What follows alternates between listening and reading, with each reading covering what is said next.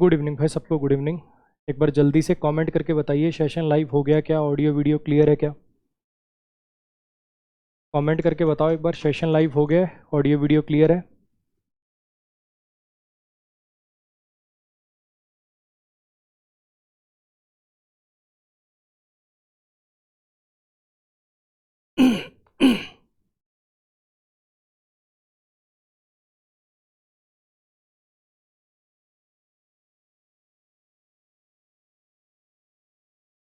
चलो जी, आ जाओ। जैसे कि कल अपन ने शुरुआत के अंदर कुछ बात करी थी, बस आज ये बात और करेंगे। सबसे पहले तो थैंक यू सो मच इस कोर्स को चूज़ करने के लिए। इस कोर्स को चूज़ करके आपने मेरे ऊपर एक रिस्पॉन्सिबिलिटी डाली है कि मैं आपका एक एक रुपया आपको वर्थ इट फील कराऊँ। ठीक है, मैं वो वाला टीचर नहीं हूँ जो शुरुआत में आपको बहुत अच्छा लगूंगा, क्योंकि मैं थोड़ा सा रूड भी हूँ, थोड़ा डिसिप्लिन मैनर में क्लास चलाता हूँ, कोई शेर व शायरी नहीं करता, कोई डबल मीनिंग बातें नहीं करता, खाली पढ़ाई की बात ही आपको मेरी क्लास के अंदर नजर आएगी। लेकिन हाँ, पढ़ने वाले बच्चे की 1% भी कंप्लेंट नहीं आएगी, ये मैं जानता हूँ, क्योंकि 10 साल से पढ़ा रहा हूँ और 10 साल से यही फीडबैक मेरा रहा है। तो ये जो कोर्स चूज़ करके आपने जो मेरे ऊपर रिस्पॉन्सिबिलिटी डाली है, इसको मैं पूरी कोशिश करूँगा कि जब आखिरी दिन आपसे पूछा जाए, जब कोर्स आपका ख़त्म हो रहा हो, हाँ भैया ये जो 1700 रुपये आपने दिए इसका एक एक रुपया वसूल हो गया, हाँ कि ना, तो आपके मुंह से जवाब हाँ है। ठीक, उसको पूरा करने के लिए क्या क्या चीज़ें हैं? कोर्स का जो कंटेंट है देखो वो तो है ही, कि ग्रामर भी है, वो कैप भी है, आरसी वाला पोर्शन है, प्रैक्टिस है, सारी चीज़ें हैं इसके अंदर। ठीक है, आपका कंप्लीट सिलेबस होगा। अभी जैसे एक चीज़ मैं और ऐड कर देता हूँ,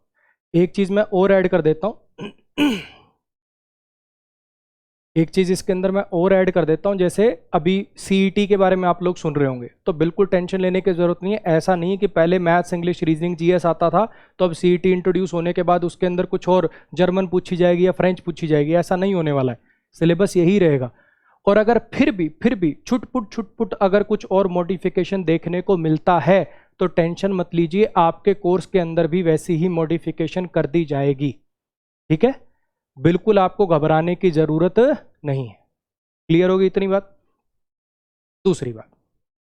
दूसरी बात ये कि जैसे मैंने बोला कि कंटेंट तो अपना है ही, लेकिन कुछ ऐसी चीजें हैं जो आपको और किसी के पेड कोर्स के अंदर नहीं मिलेंगी, सिर्फ यहीं मिल सकती हैं आपको। सबसे पहली, personal doubt number. Personal doubt number का मतलब क्या है कि मेरी कोई टीम भी में आपको रिप्लाई नहीं करेगी, आपके डाउट्स को मैं खुद करूंगा। ठीक, कोई यहाँ पे ऐसा नहीं कि ग्रुप बना के छोड़ दिया, बच्चों आपस में अपने डाउट क्लियर कर लो, नहीं। एक एक बच्चा इंडिविजुअल मुझे डाउट भेज पाएगा, मैं उनके डाउट्स क्लियर करूंगा। कैसे डाउट्स का आपको काम कैसे आएगी चीज? मान लो मैं एक टॉपिक पढ़ा रहा हूँ, ठीक है, मैं लेट से एक टॉपिक पढ़ा रहा हूँ, मैं कोई वर्ब का टॉपिक पढ़ा रहा हूँ। वर्ब में मैंने पढ़ा है कि ये स्टेटिव वर्ब के एग्जाम्पल हैं, अच्छा इनकी आईएनजी नहीं होती, क्यों नहीं होती आपको बताया मैंने। उसके अंदर 8 एग्जाम्पल आपको कराए, बाकी सारे आपको समझ में आ गए। सर 7 नंबर जो एग्जाम्पल है ना सर, इसमें ये थोड़ा सा मुझे कम समझ में आया, मैंने वीडियो सर दोबारा भी प्ले करके देख ली, लेकिन इसमें थोड़ी अभी भी डाउट रह गया। तो ऐसे सवाल आप पूछ पाओगे, है ना। और दूसरा, जब आप प्रैक्टिस की फेज पे आ जाओगे, जब कोर्स खत्म हो जाएगा, प्रैक्टिस वाले फेज पे आ जाओगे, आप कोई प्रीवियस ईयर पेपर लगा रहे हो, उसके अंदर आपको कोई डाउट आ रहा है, आप कोई मॉक लगा रहे हो, उसके अंदर आपको कोई डाउट आ रहा है, तो कहाँ पूछोगे? ऐसे ही बिना मतलब किसी ग्रुप में ऐड होके वहां पे पूछ रहे हो, 5-5 दिन रिप्लाई नहीं आ रहा, ऑथेंटिक नहीं है। सबसे बड़ी बात, रिप्लाई चाहे लेट आ जाए लेकिन ऑथेंटिक तो हो, आप श्योरिटी से कह तो सको कि ये जो बताया गया है सही बताया गया है। तो इन चीजों के लिए ये आपको डाउट नंबर काम आएगा। कैसे मिलेगा? बिल्कुल टेंशन लेने की जरूरत नहीं है, ठीक है, टेंशन लेने की बिल्कुल भी जरूरत नहीं है। ठीक है, अपने आप सबका डेटा है मेरे पास, आप सबका डेटा है मेरे पास। ठीक है, आपके पास 7 दिन के आसपास में आपके व्हाट्सएप नंबर पे एक अपने आप मैसेज आ जाएगा कि ये अमन सर का डाउट नंबर है।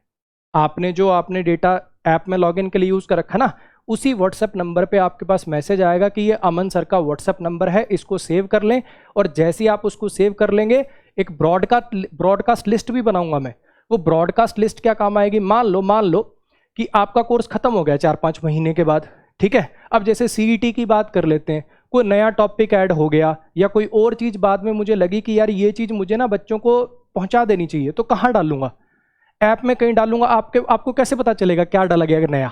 मान लो मैं ऐप में भी कहीं कुछ ऐड कर दूं, तो आप तक ये बात कैसे पहुंचाऊंगा कि कुछ नई चीज डल गई है? वहां पोस्ट कर दूंगा उसको। वो पीडीएफ होगी या XYZ कोई वीडियो होगी, उसके रिगार्डिंग मैं उसको वहां पोस्ट कर दूंगा, आप तक वो इन्फॉर्मेशन पहुंच जाएगी। और दूसरा यार, हर बच्चा ना उतना डेडिकेटेड नहीं होता कि अपने आप ही तैयारी करता रहे। कुछ बच्चों को थोड़े थोड़े दिन में ना एक पुश चाहिए होता है कि हाँ 10-15 दिन में टीचर एक बार थोड़ी सी झाड़ लगा दे, थोड़ा सा कह दे हाँ भैया तैयारी कैसी चल रही है, कर तो रहे हो ना, ये 2 चैप्टर हो गए तुम्हारे बैच में, कर तो लिए ना, प्रैक्टिस कर रहे हो ना, एक बार थोड़ा सा ना ऐसे पुश चाहिए होता है। तो उस ब्रॉडकास्ट लिस्ट के अंदर 15-20 दिन में, हर 10-15-20 दिन के अंदर कुछ ऐसी ऑडियोज भी मैं आपको डाल लूंगा ताकि आप लोग थोड़ा सा अपने आप को और मोटिवेटेड रख पाए। देखो यार, कोर्स तो सब करा रहे हैं, ठीक है, कोर्स तो आप 50-100 आदमियों का ले सकते हो, बहुत बच्चे होंगे आपके लैपटॉप में 20-20 कोर्स पड़े होंगे, लेकिन आपको भी पता है और मुझे भी पता है कितने आपने वो देख लिए और कितना उनसे आपको फायदा हुआ। चीजें जो है ना जब सिस्टमेटिक मैनर में होती हैं, सिलेबस बड़ा सिस्टमेटिक हो, सबसे बड़ी बात डाउट्स अच्छे से क्लियर होते हो, हर चीज बड़े सिस्टमेटिक मैनर के अंदर आपको बताई जाए, पढ़ाई जाए, पुश किया जाए, तभी बात बनती है। एक टीचर का काम सिर्फ सिलेबस पढ़ाना नहीं है, सिलेबस मतलब उसका इंटरेस्ट भी डेवलप करना है कि कैसे भी करके वो थोड़ा पुश करके, डाउट्स बता के, कंटेंट को बड़ा सिंक्रोनाइज करके आपको अच्छे से उसके साथ बांध दे। तो ये चीजें आपके साथ यहाँ पे होंगी, ठीक है। दूसरी चीज, टॉपिक वाइज टेस्ट। ये एक नई चीज मैंने इंट्रोड्यूस करी है, कि जैसे आपका एक टॉपिक खत्म होगा, फॉर एग्जांपल जैसे बेसिक्स की 4 क्लासेस अभी आपको दिख रही हैं, 4 क्लास खत्म हुई, तो 4 क्लास बेसिक्स की मैंने क्विज बना दी, ठीक है, जिसमें मैंने क्या किया कि सारी जो कॉन्सेप्ट मैंने पढ़ाए उनके बेस पर एक मैंने क्विज बना ली कि जैसे अभी अपन पढ़ रहे हैं कि एडजेक्टिव क्या होते हैं, एडवर्ब क्या होते हैं, ऐसे सेंटेंस दिया कि identify the parts of speech, इनमें से पार्ट्स ऑफ स्पीच बताइए, बोल्ड वर्ड का या जो अंडरलाइन वर्ड है उसका पार्ट्स ऑफ स्पीच क्या है, आप उसको सोचेंगे, है ना। जो जो मैं पढ़ाऊंगा उसके बेस पे क्विज आएगी, हर 3-4 क्लास के बाद एक क्विज बनाया करूंगा मैं। जैसे प्रोनाउन चैप्टर चल रहा है, उसमें मैंने आपको पर्सनल प्रोनाउन पढ़ा दिया, पजेसिव पढ़ा दिया, रिफ्लेक्सिव पढ़ा दिया, एम्फेटिक पढ़ा दिया, 4 प्रोनाउन हो गए। अब मुझे लगा कि इनका एक टेस्ट ले लेता हूं, ये आप उसको टेस्ट कह सकते हो, हर 3-4 क्लास के बाद एक टेस्ट हो गया जिससे आप एनालाइज कर पाओ कि आपको कितना समझ में आ रहा है, क्या आपको और मेहनत करने की जरूरत है, क्या आपको नोट्स दोबारा रिवाइज करने की जरूरत है, ये सब चीजें आप चेक कर पाओ। और अच्छी बात क्या है, ये जो क्विज होंगी ना, ये ऐसे नहीं है कि भैया एक PDF सी है, कागज पे है, लो जो उसको देख लिया, उसमें मजा नहीं है। मजा तब है जब क्वेश्चन की जैसे पेपर में आती चीजें वैसे हो, ऊपर एक क्वेश्चन आए, 4 ऑप्शन हो, क्लिक करो, लास्ट में स्कोर दिखे, तब मजा आए, ठीक है। और इसमें जो क्विज के अंदर कुछ डिफिकल्ट क्वेश्चन होंगे, मुझे लगा कि जानबूझ के मैंने 2-4 क्वेश्चन डिफिकल्ट डाले, मुझे लगा कि ये डिस्कस करने चाहिए, उनको मैं बाद में डिस्कस भी किया करूंगा, ठीक है जी। लास्ट चीज बच्चे, फिर एक बार बोल रहा हूं, थोड़ा भरोसा रखिए मेरे पे, ये कोर्स आपको वर्थ इट बना के दूंगा मैं, ठीक है। बहुत बच्चे ऐसे भी होंगे यार, अभी जैसे पिछली क्लास के बाद 2-4 बच्चों को कमेंट भी आए, सर ये तो आपने YouTube पे भी ऐसे ही पढ़ाया था। मैंने पहले ही बोला बच्चे, बेसिक्स तो सेम ही रहेंगे, ऐसा थोड़ी बेसिक्स बदल जाएंगे, बट डोंट वरी, आपको जब पूरा चैप्टर आप देखोगे तो आपको 15-20% एक तो कॉन्सेप्ट नहीं दिखेंगे, और हर एक कॉन्सेप्ट के ऊपर नंबर ऑफ एग्जाम्पल ज़्यादा दिखेंगे, कुछ ट्रिकी वाले एग्जाम्पल्स भी दिखेंगे। और वैसे भी बच्चे वहाँ तो ग्रामर पढ़ा रखी है, इस कोर्स के अंदर आपके पास वोकैब भी है, इस कोर्स के अंदर RC पोर्शन भी है, प्रैक्टिस भी है, क्विज भी है, डाउट नंबर भी है, तो चीज़ें बहुत सारी उससे एक्स्ट्रा हैं। ये जितना आप पे कर रहे हैं उससे आपको एक्स्ट्रा वसूल करा के मैं दूंगा, लोड मत लीजिए। चलो जी, अब छोटी छोटी बातें एक बार जल्दी से क्विक, टाइम पे आया करो, लेट आओगे कुछ समझ नहीं आएगा, फिर कंप्लेन करोगे। अच्छा, जिस सीक्वेंस में पढ़ा रहा हूँ उसी सीक्वेंस के अंदर देखनी है क्लास, ऐसा नहीं कि कभी बीच में एडजेक्टिव चैप्टर चला लिया, कभी कुछ चला लिया। पहली क्लास के पहले सेंटेंस से पूरा बैच रेगुलरिटी से देखना है, बिल्कुल उसी सीक्वेंस में। ये ऑफलाइन क्लास नहीं है, जैसे ऑफलाइन में होता था ना, टीचर पहले सेंटेंस लिखता था, फिर समझाता था, फिर 10 मिनट साइड पे ऐसे खड़ा रहता था, चाय पीता था, फिर आप नोट्स बनाते थे। नहीं, यहाँ पे भैया नोट्स आप बनाओगे क्लास खत्म होने के, जैसी ये क्लास खत्म होगी ना, लाइव सेशन खत्म होगा, इसके 90 मिनट के बाद इसकी रिकॉर्डिंग आ जाएगी, इसके 90 मिनट के बाद इसकी रिकॉर्डिंग आ जाएगी। आप उस रिकॉर्डिंग को 2x स्पीड पर दोबारा प्ले करके भी नोट्स बना सकते हो, उसी के साथ PDF भी होगी, एनोटेशन वाली, विदाउट एनोटेशन वाली भी, आप उसको देख के बना सकते हो, आपकी मर्जी। रिकॉर्डेड वीडियो से बनाना है वीडियो से बनाओ, PDF से बनाना है PDF से बनाओ, लेकिन नोट्स अपने ज़रूर बनाओ। ये हाथों से थोड़ी मेहंदी झाड़ो, अगर सिलेक्शन चाहिए ना तो हाथों से थोड़ी मेहंदी झाड़ के नोट्स बनाओ। ये PDF खेलना छोड़ दो, और नहीं यकीन आता तो 2-3 साल तुमने करके देख लिया, पता लग गया होगा। नहीं तो जिन्होंने अभी नहीं किया है, PDF खेल लो 2-3 साल, पता लग जाएगा। नोट्स का काम होता है बच्चे, जो क्लास में पढ़ाया वो सारा का सारा आपके माइंड में दोबारा रिवाइज कराना, और जब पेपर पास आने वाला होगा, क्या सारी वीडियो दोबारा प्ले करके देखने का टाइम है तेरे पास? नोट्स अगर तू चाहे सारे 10 दिन में रिवाइज कर सकता आपने, लेकिन सारी वीडियो 10 दिन में रिवाइज नहीं कर सकता तुम। तो समझिएगा इस बात को कि नोट्स बनाने मैंडेटरी है हर बच्चे के लिए, अगर आपको सिलेक्शन चाहिए तो। ठीक है जी। वीडियो कहाँ जाती है रिकॉर्डेड होने के बाद? जैसे ग्रामर का लेक्चर है तो अभी लाइव में दिख रहा है आपको, जैसे ही रिकॉर्ड होगा तो ग्रामर वाले फोल्डर में चला जाएगा। कोई वोकैब की वीडियो होगी तो वोकैब वाले फोल्डर में चली जाएगी। ठीक, जो जो फोल्डर के नाम है उसके अंदर जाके आपको सर्च करना है। ठीक, पूरी स्ट्रेटजी। अब जैसे काफ़ी बच्चों के डाउट्स होंगे इस टाइप के, इस टाइप के कि सर बुक कौन सी लेनी है, सर प्रैक्टिस कहाँ से करें, सर मॉक टेस्ट कब शुरू करें, सर रीडिंग के लिए क्या क्या सोर्सेज यूज़ करें, ये वो XYZ, इस टाइप की जो चीज़ें हैं 4 क्लास के बाद अपन डिस्कस करेंगे। 4 क्लास के बारे में अपन डिस्कस करेंगे। ठीक है जी। 4 क्लासेस के बारे में बाद में पूरी 1.5 घंटे की क्लास में लूँगा।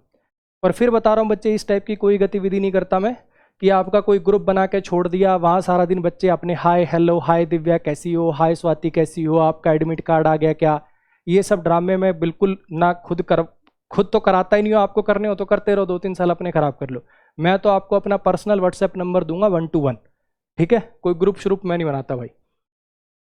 जब मैं पढ़ा रहा हूँ तो प्लीज़ कमेंट वगैरह पे ध्यान मत दीजिए। जितना कमेंट से दूर रहोगे उतना पढ़ने के पास आ जाओगे, समझने के पास आ जाओगे। जो पुराने स्टूडेंट्स हैं जिन्होंने या फिर जो पहले जहाँ मैं पढ़ाता था वहाँ के स्टूडेंट्स हैं, पहले कोर्स कर चुके हैं या फिर यूट्यूब पे पढ़ चुके हैं, प्लीज़ ओवर स्मार्ट बनने की कोशिश मत करिएगा। आगे आगे की चीज़ें पूछने की कोशिश मत करिएगा। चीज़ें सीक्वेंशियल मैनर में ही चलेंगी, एक हिंदी मीडियम के स्टूडेंट के हिसाब से ही चलेंगी, बिल्कुल बेसिक से ही चलेंगी। ठीक है। हाँ, एक्स्ट्रा बहुत सारी चीज़ें मिल जाएंगी यूट्यूब वालों को, उसका टेंशन तुम छोड़ दो। आपने पैसे दिए हैं तो ज़रूर आपको एक्स्ट्रा मिलेगा। चलो जी, आ जाइए, अपने आज के सेशन की शुरुआत कर लेते हैं। कल हमने ये सब चीज़ें देखी थी, है ना? कल हमने ये सब चीज़ें देखी थी, एक एक लाइन वाला बेसिक देखा था। वर्ब क्या करती है, एक्शन को दिखाना, कार्य को दिखाना। नाउन क्या करता है, हाँ जी, नाउन क्या करता है, सब्जेक्ट ऑब्जेक्ट बनना। प्रोनाउन क्या करता है, नाउन की जगह पे आना। ये सारी चीज़ें हमने कल पढ़ी। एडजेक्टिव क्या करता है, नाउन या प्रोनाउन की विशेषता बताना। एडवर्ब क्या करता है, किसी वर्ब की दूसरे एडजेक्टिव की एडवर्ब की विशेषता बताना। कंजंक्शन क्या करता है, दो चीज़ों को जोड़ना, प्रीपोजिशन, एडिशनल इन्फॉर्मेशन ऐड करना, है ना, कनेक्टर का काम करना। ये सब सारी चीज़ें हमने कल देखी। फिर नाउन का थोड़ा सा और डिटेल देखा कि 5 प्रकार का नाउन है, कैसे पहचानते हैं, क्या क्या काम करता है। ये सारी स्लाइड्स अपनी कल कवर हो गई थी। आज पिछली जो क्लास की जो स्लाइड थी वो यहाँ पे ख़त्म हुई थी। ठीक है, मैं फिर बता रहा हूँ बच्चे, कोर्स करना है और ऐसा करना है कि ज़िंदगी में दोबारा इंग्लिश की कोचिंग ना लेनी पड़े। तो पहली क्लास के पहले सेंटेंस से कोर्स करिए, बिल्कुल बेसिक से। अभी काफ़ी बच्चे जैसे आज आ गए होंगे तो दिक्कत होगी, उनको नहीं समझ में आएगा। पिछली क्लास लगा लेना बच्चे, फ्री देखना, मत टाइम खराब करो, प्लीज़ मत करो। कोर्स करो तो ऐसा करो कि ज़िंदगी में दोबारा कोचिंग ना लेनी पड़े। आ जाइए, अगला थोड़ा सा बेसिक्स देखते हैं प्रोनाउन का, है ना। प्रोनाउन से पहले देखो ये भी आएगा अभी, जो नाउन के जो काम थे ना, नाउन के कितने काम थे। सब्जेक्ट बनना हमने देख लिया, ऑब्जेक्ट बनना हमने देख लिया, प्रीपोजिशन का ऑब्जेक्ट कैसे बनता है, प्रीपोजिशन का ऑब्जेक्ट कैसे बनता है, ये वाली चीज़ भी हमने कल देख ली। अब हमारे पास दो चीज़ें बची हैं, सब्जेक्ट कॉम्प्लीमेंट और ऑब्जेक्ट कॉम्प्लीमेंट। ऑब्जेक्ट कॉम्प्लीमेंट तो बच्चे अभी आगे आएगा, ये वर्ब चैप्टर में आएगा। ठीक है, चीज़ों का एक सिक्वेंशियल मैनर होता है, टीचर को देखना पड़ता है कौन सी चीज़ कब पढ़ाऊँ ताकि बच्चे को समझ में आए, चीज़ें कन्फ्यूजिंग ना लगें। तो ये वाली चीज़ आगे आएगी वर्ब चैप्टर में। ये वाली चीज़ आज ही हम पढ़ेंगे, अभी 10 से 15 मिनट के बाद। लेकिन उससे पहले थोड़ा सा एक बार प्रोनाउन को जानते हैं कि प्रोनाउन क्या काम आता है। आइए ज़रा देखिए, या उससे पहले तुम एक काम करो, पहले सब्जेक्ट कॉम्प्लीमेंट ही पढ़ो। आ जाओ, पहले उसी को पढ़ो, उस नाउन वाले टॉपिक को निपटाते फिर प्रोनाउन पे आएंगे। इस सेंटेंस को देखिए, जैसा कि कल मैंने आपको बताया, वर्ब एक ऐसा शब्द जो एक्शन को रिप्रेजेंट करे, कार्य को रिप्रेजेंट करे, जिसकी 3 फॉर्म होती हैं, सिंग, सैंग, संग, ड्राइव, ड्रोव, ड्रिवन, ईट, एट, ईटन। क्या हो गया जी, ये वर्ब हो गया। अब आपको नजर आ रहा है कि इससे पहले एक हेल्पिंग वर्ब भी लगी हुई है। जनरली तो अपन सिर्फ वर्ब लिख के छोड़ देते थे, लेकिन इस बार हम दो चीज़ें दिख रही हैं तो लिख देंगे, फिर इसको लिख देंगे अपन हेल्पिंग वर्ब और इसको लिख देंगे अपन मेन वर्ब। हाँ कि ना? हाँ जी। अच्छा, इस काम को करता कौन है? अमन। तो अमन एक गाना गा रहा है, जो एक्शन का डूअर होता है वही क्या हो जाता है जी, आपका सब्जेक्ट हो जाता है। और आपको कल बताया था मैंने, सब्जेक्ट ऑब्जेक्ट बनने का काम कौन करते हैं? नाउन करते हैं। अच्छा जी, तो अमन क्या है? किसी व्यक्ति का नाम है, name of a person place और thing is known as noun, तो नाउन हो गया। नाउन में टाइप कौन सी है? कौन सी टाइप है नाउन में? प्रॉपर नाउन, किसी पर्टिकुलर पर्सन का नेम। ठीक। अच्छा, अमन इज सिंगिंग वट, क्या गा रहा है जी? गाना गा रहा है। वर्ब से वट या होम के रिप्लाई क्या हो जाते हैं जी? ऑब्जेक्ट हो जाते हैं। पार्ट्स ऑफ स्पीच क्या हो गया जी? नाउन हो गया। टाइप कौन सी है? कल ही पढ़ा हमने, सॉन्ग का सॉन्ग्स हो सकता है, यानी काउंटेबल है। काउंटेबल है तो कॉमन या कलेक्टिव में जाएगा, किसी चीज़ के कलेक्शन का नाम तो है नहीं, तो यानी ये कॉमन में जाएगा। इतनी बात सबको आई समझ में? हाँ जी, इतनी बात आई सबको समझ में कि अमन इज सिंगिंग अ सॉन्ग को अपन कैसे तोड़ेंगे? अमन सब्जेक्ट हो गया, इज हेल्पिंग वर्ब हो गया, सिंगिंग मेन वर्ब हो गया, और सॉन्ग इसका क्या हो गया? ऑब्जेक्ट हो गया। इतनी चीज़ क्लियर है? अब जरा इस सेंटेंस को थोड़ा सा नज़र मारो और मुझे बताने की कोशिश करो कि इसमें वर्ब कहाँ है। सोचो, 10-20 सेकंड सोचो।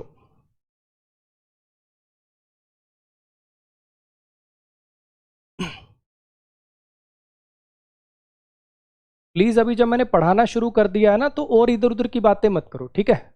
अभी ये सुनने पे ध्यान लगाओ।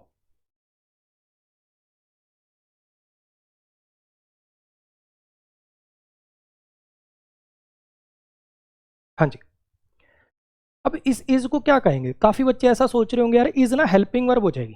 काफी बच्चों के माइंड में आ रहा होगा इज हेल्पिंग वर्ब हो जाएगी। हेल्पिंग वर्ब कौन सी होती है, क्या होती है, वो भी आपको बताऊंगा, लेकिन एक छोटी सी बात तो बिल्कुल बेसिक बात है। हेल्पिंग वर्ब का नाम हेल्पिंग वर्ब क्यों है? क्योंकि वो मेन वर्ब को हेल्प करती है। हेल्पिंग वर्ब का नाम हेल्पिंग वर्ब इसलिए क्योंकि वो मेन वर्ब को हेल्प करती है, हाँ कि ना? तो क्या कभी ऐसा हो सकता है कि हेल्पिंग वर्ब आए और मेन वर्ब ना आए? बिना मेन वर्ब के कोई हेल्पिंग वर्ब नहीं हो सकती भाई, ये पॉसिबल नहीं है कि आप इसको हेल्पिंग वर्ब कह दो। तो फिर सर ये क्या चीज़ है? अगर ये हेल्पिंग वर्ब नहीं है तो सर फिर ये क्या चीज़ है? ध्यान से सुनना मेरी बात। जैसे वर्ब होती है, वर्ब की फॉर्म होती है ना, जैसे गो, वेंट, गॉन, सुनी होंगी ना आपने। Eat, ate, eaten, drive, drove, driven, sing, sang, sung, ये बातें आपने सुन रखी है ना? हाँ जी। तो अब जरा मेरी बात थोड़ी सी ध्यान से सुनना। एक खाली स्लाइड आ जाती ना यहाँ पे, देखो आ गई, मजा आ गया। देखो सुनना मेरी बात, कुछ छोटी छोटी बेसिक ना आपको 3-4 बातें बता रहा हूँ, कुछ छोटी छोटी बेसिक्स आपको 3-4 बातें बता रहा हूँ। देखो जरा, आपने सुना होगा, जैसे मान लो मैं गो लिख देता हूँ, गो की फॉर्म कैसे चलती है? गो, वेंट, गॉन, गोइंग और गोज। कई स्कूलों में तो ऐसे पढ़ाया जाता है कि ये V1 है, ये V2 है, ये V3 है। इसको कई स्कूलों में V1 प्लस ING पढ़ाते हैं और इसको कई स्कूलों में V4 पढ़ाते हैं, एक ही बात है। इसको कई स्कूलों में V5 पढ़ाते हैं और इसको कई स्कूलों में V1 सिंगुलर वाली कह देते हैं, एक ही बात है, ठीक है? अब जरा समझने की कोशिश करना, इसको बोलते हैं वर्ब की बेस फॉर्म। बेस फॉर्म का मतलब है बेसिक फॉर्म। इसको बोलते हैं वर्ब की बेस फॉर्म, बेसिक फॉर्म, जिससे ये बाकी सब ओरिजिनेट हुआ है। अगर आपसे कोई पूछेगा ये सब कौन सी वर्ब की फॉर्म्स हैं, ये जितनी लिखी हैं ये कौन सी वर्ब की फॉर्म्स हैं, तो क्या बोलोगे? गो की फॉर्म है। तो वही बेस फॉर्म होती है, बेसिक फॉर्म, जिससे बाकी सब कुछ ओरिजिनेट हुआ, हाँ कि ना? सेम ऐसे ही अगर मैं मान लो ईट के लिए लिखना चाहूँ, तो ईट हो गया, ये 8 हो गया V2, ईटन होगी V3, ईटिंग होगी V1 प्लस ING कह लो चाहे V4 कह लो, बात एक ही है। और ऐसे ही इसमें ईट्स हो गया, हाँ कि ना? अब अगर कोई तुमसे पूछेगा कि ये सारी की सारी फॉर्म्स किस किस वर्ब की फॉर्म है ये, तो क्या बोलोगे? 8 की फॉर्म है, ये ईटन की फॉर्म है, ऐसे बोलोगे?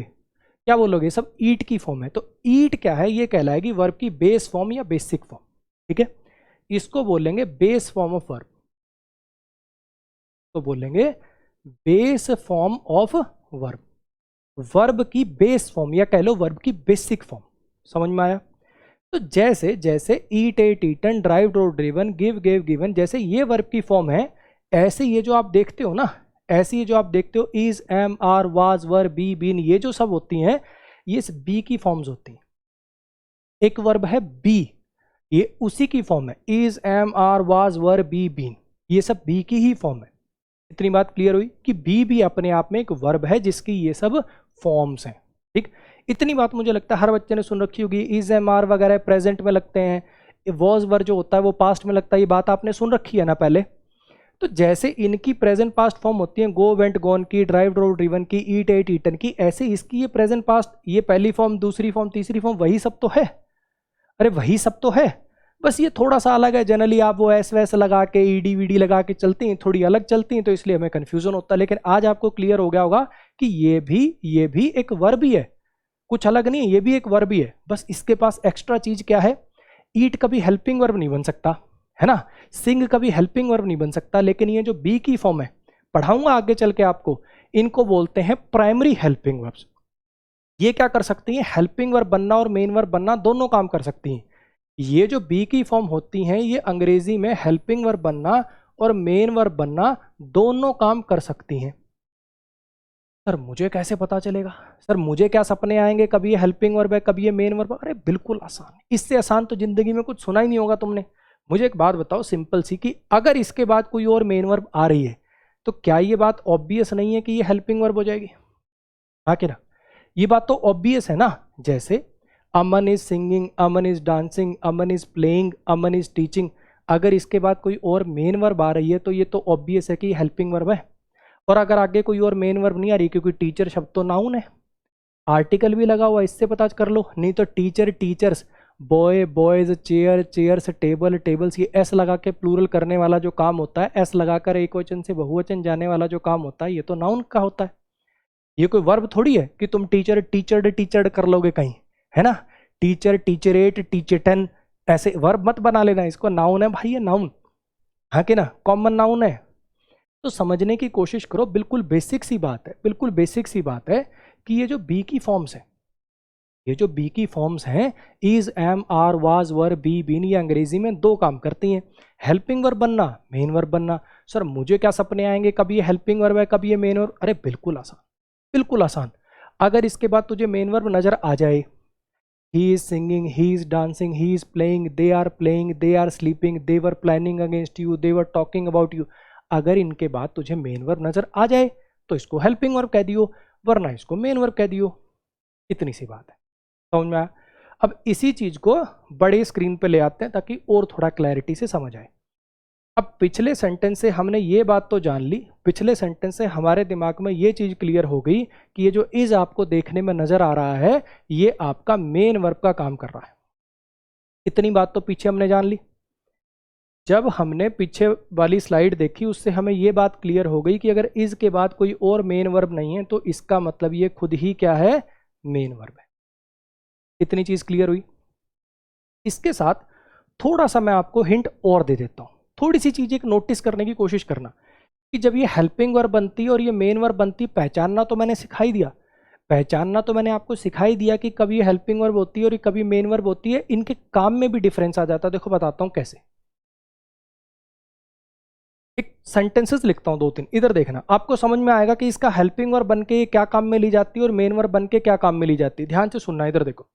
अगर मैं लिखूं he is, was, will be, playing,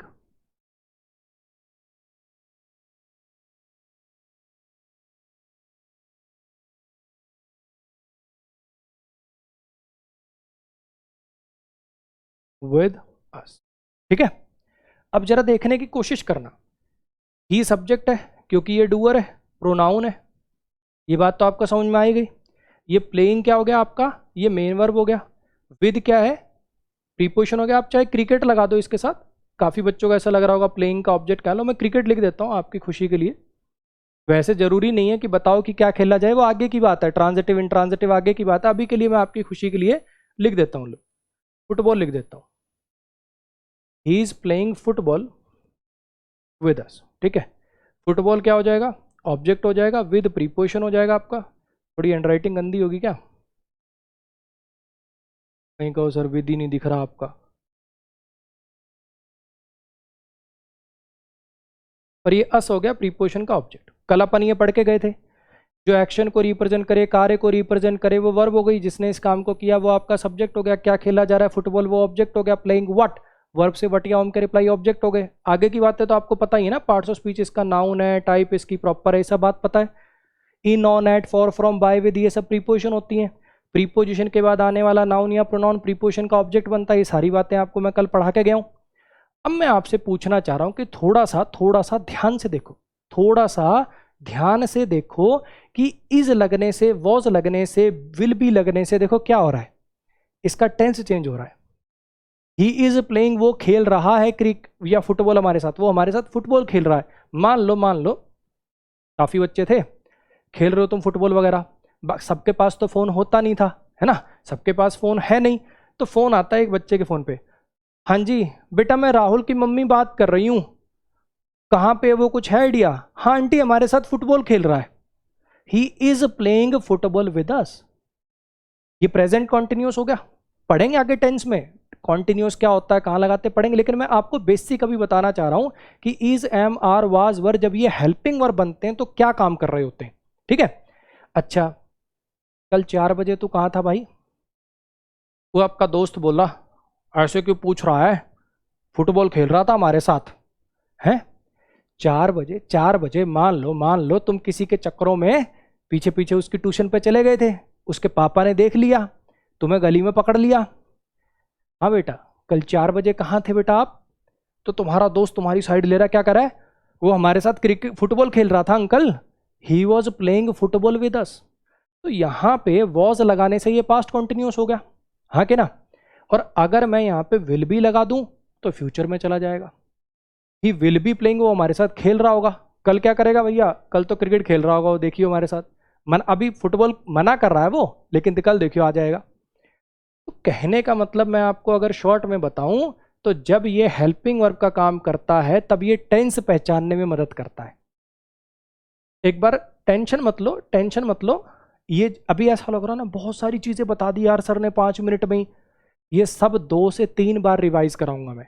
ये जो भी टॉपिक पढ़ा रहा हूँ छोटा सा नाउन का सब्जेक्ट कॉम्प्लीमेंट बनना 2 से 3 बार रिवाइज होगा, तो बिल्कुल टेंशन मत लेना, ठीक है, थोड़ा सा पेशेंस रखना, ये सबका सब समेट दूंगा मैं, ठीक है।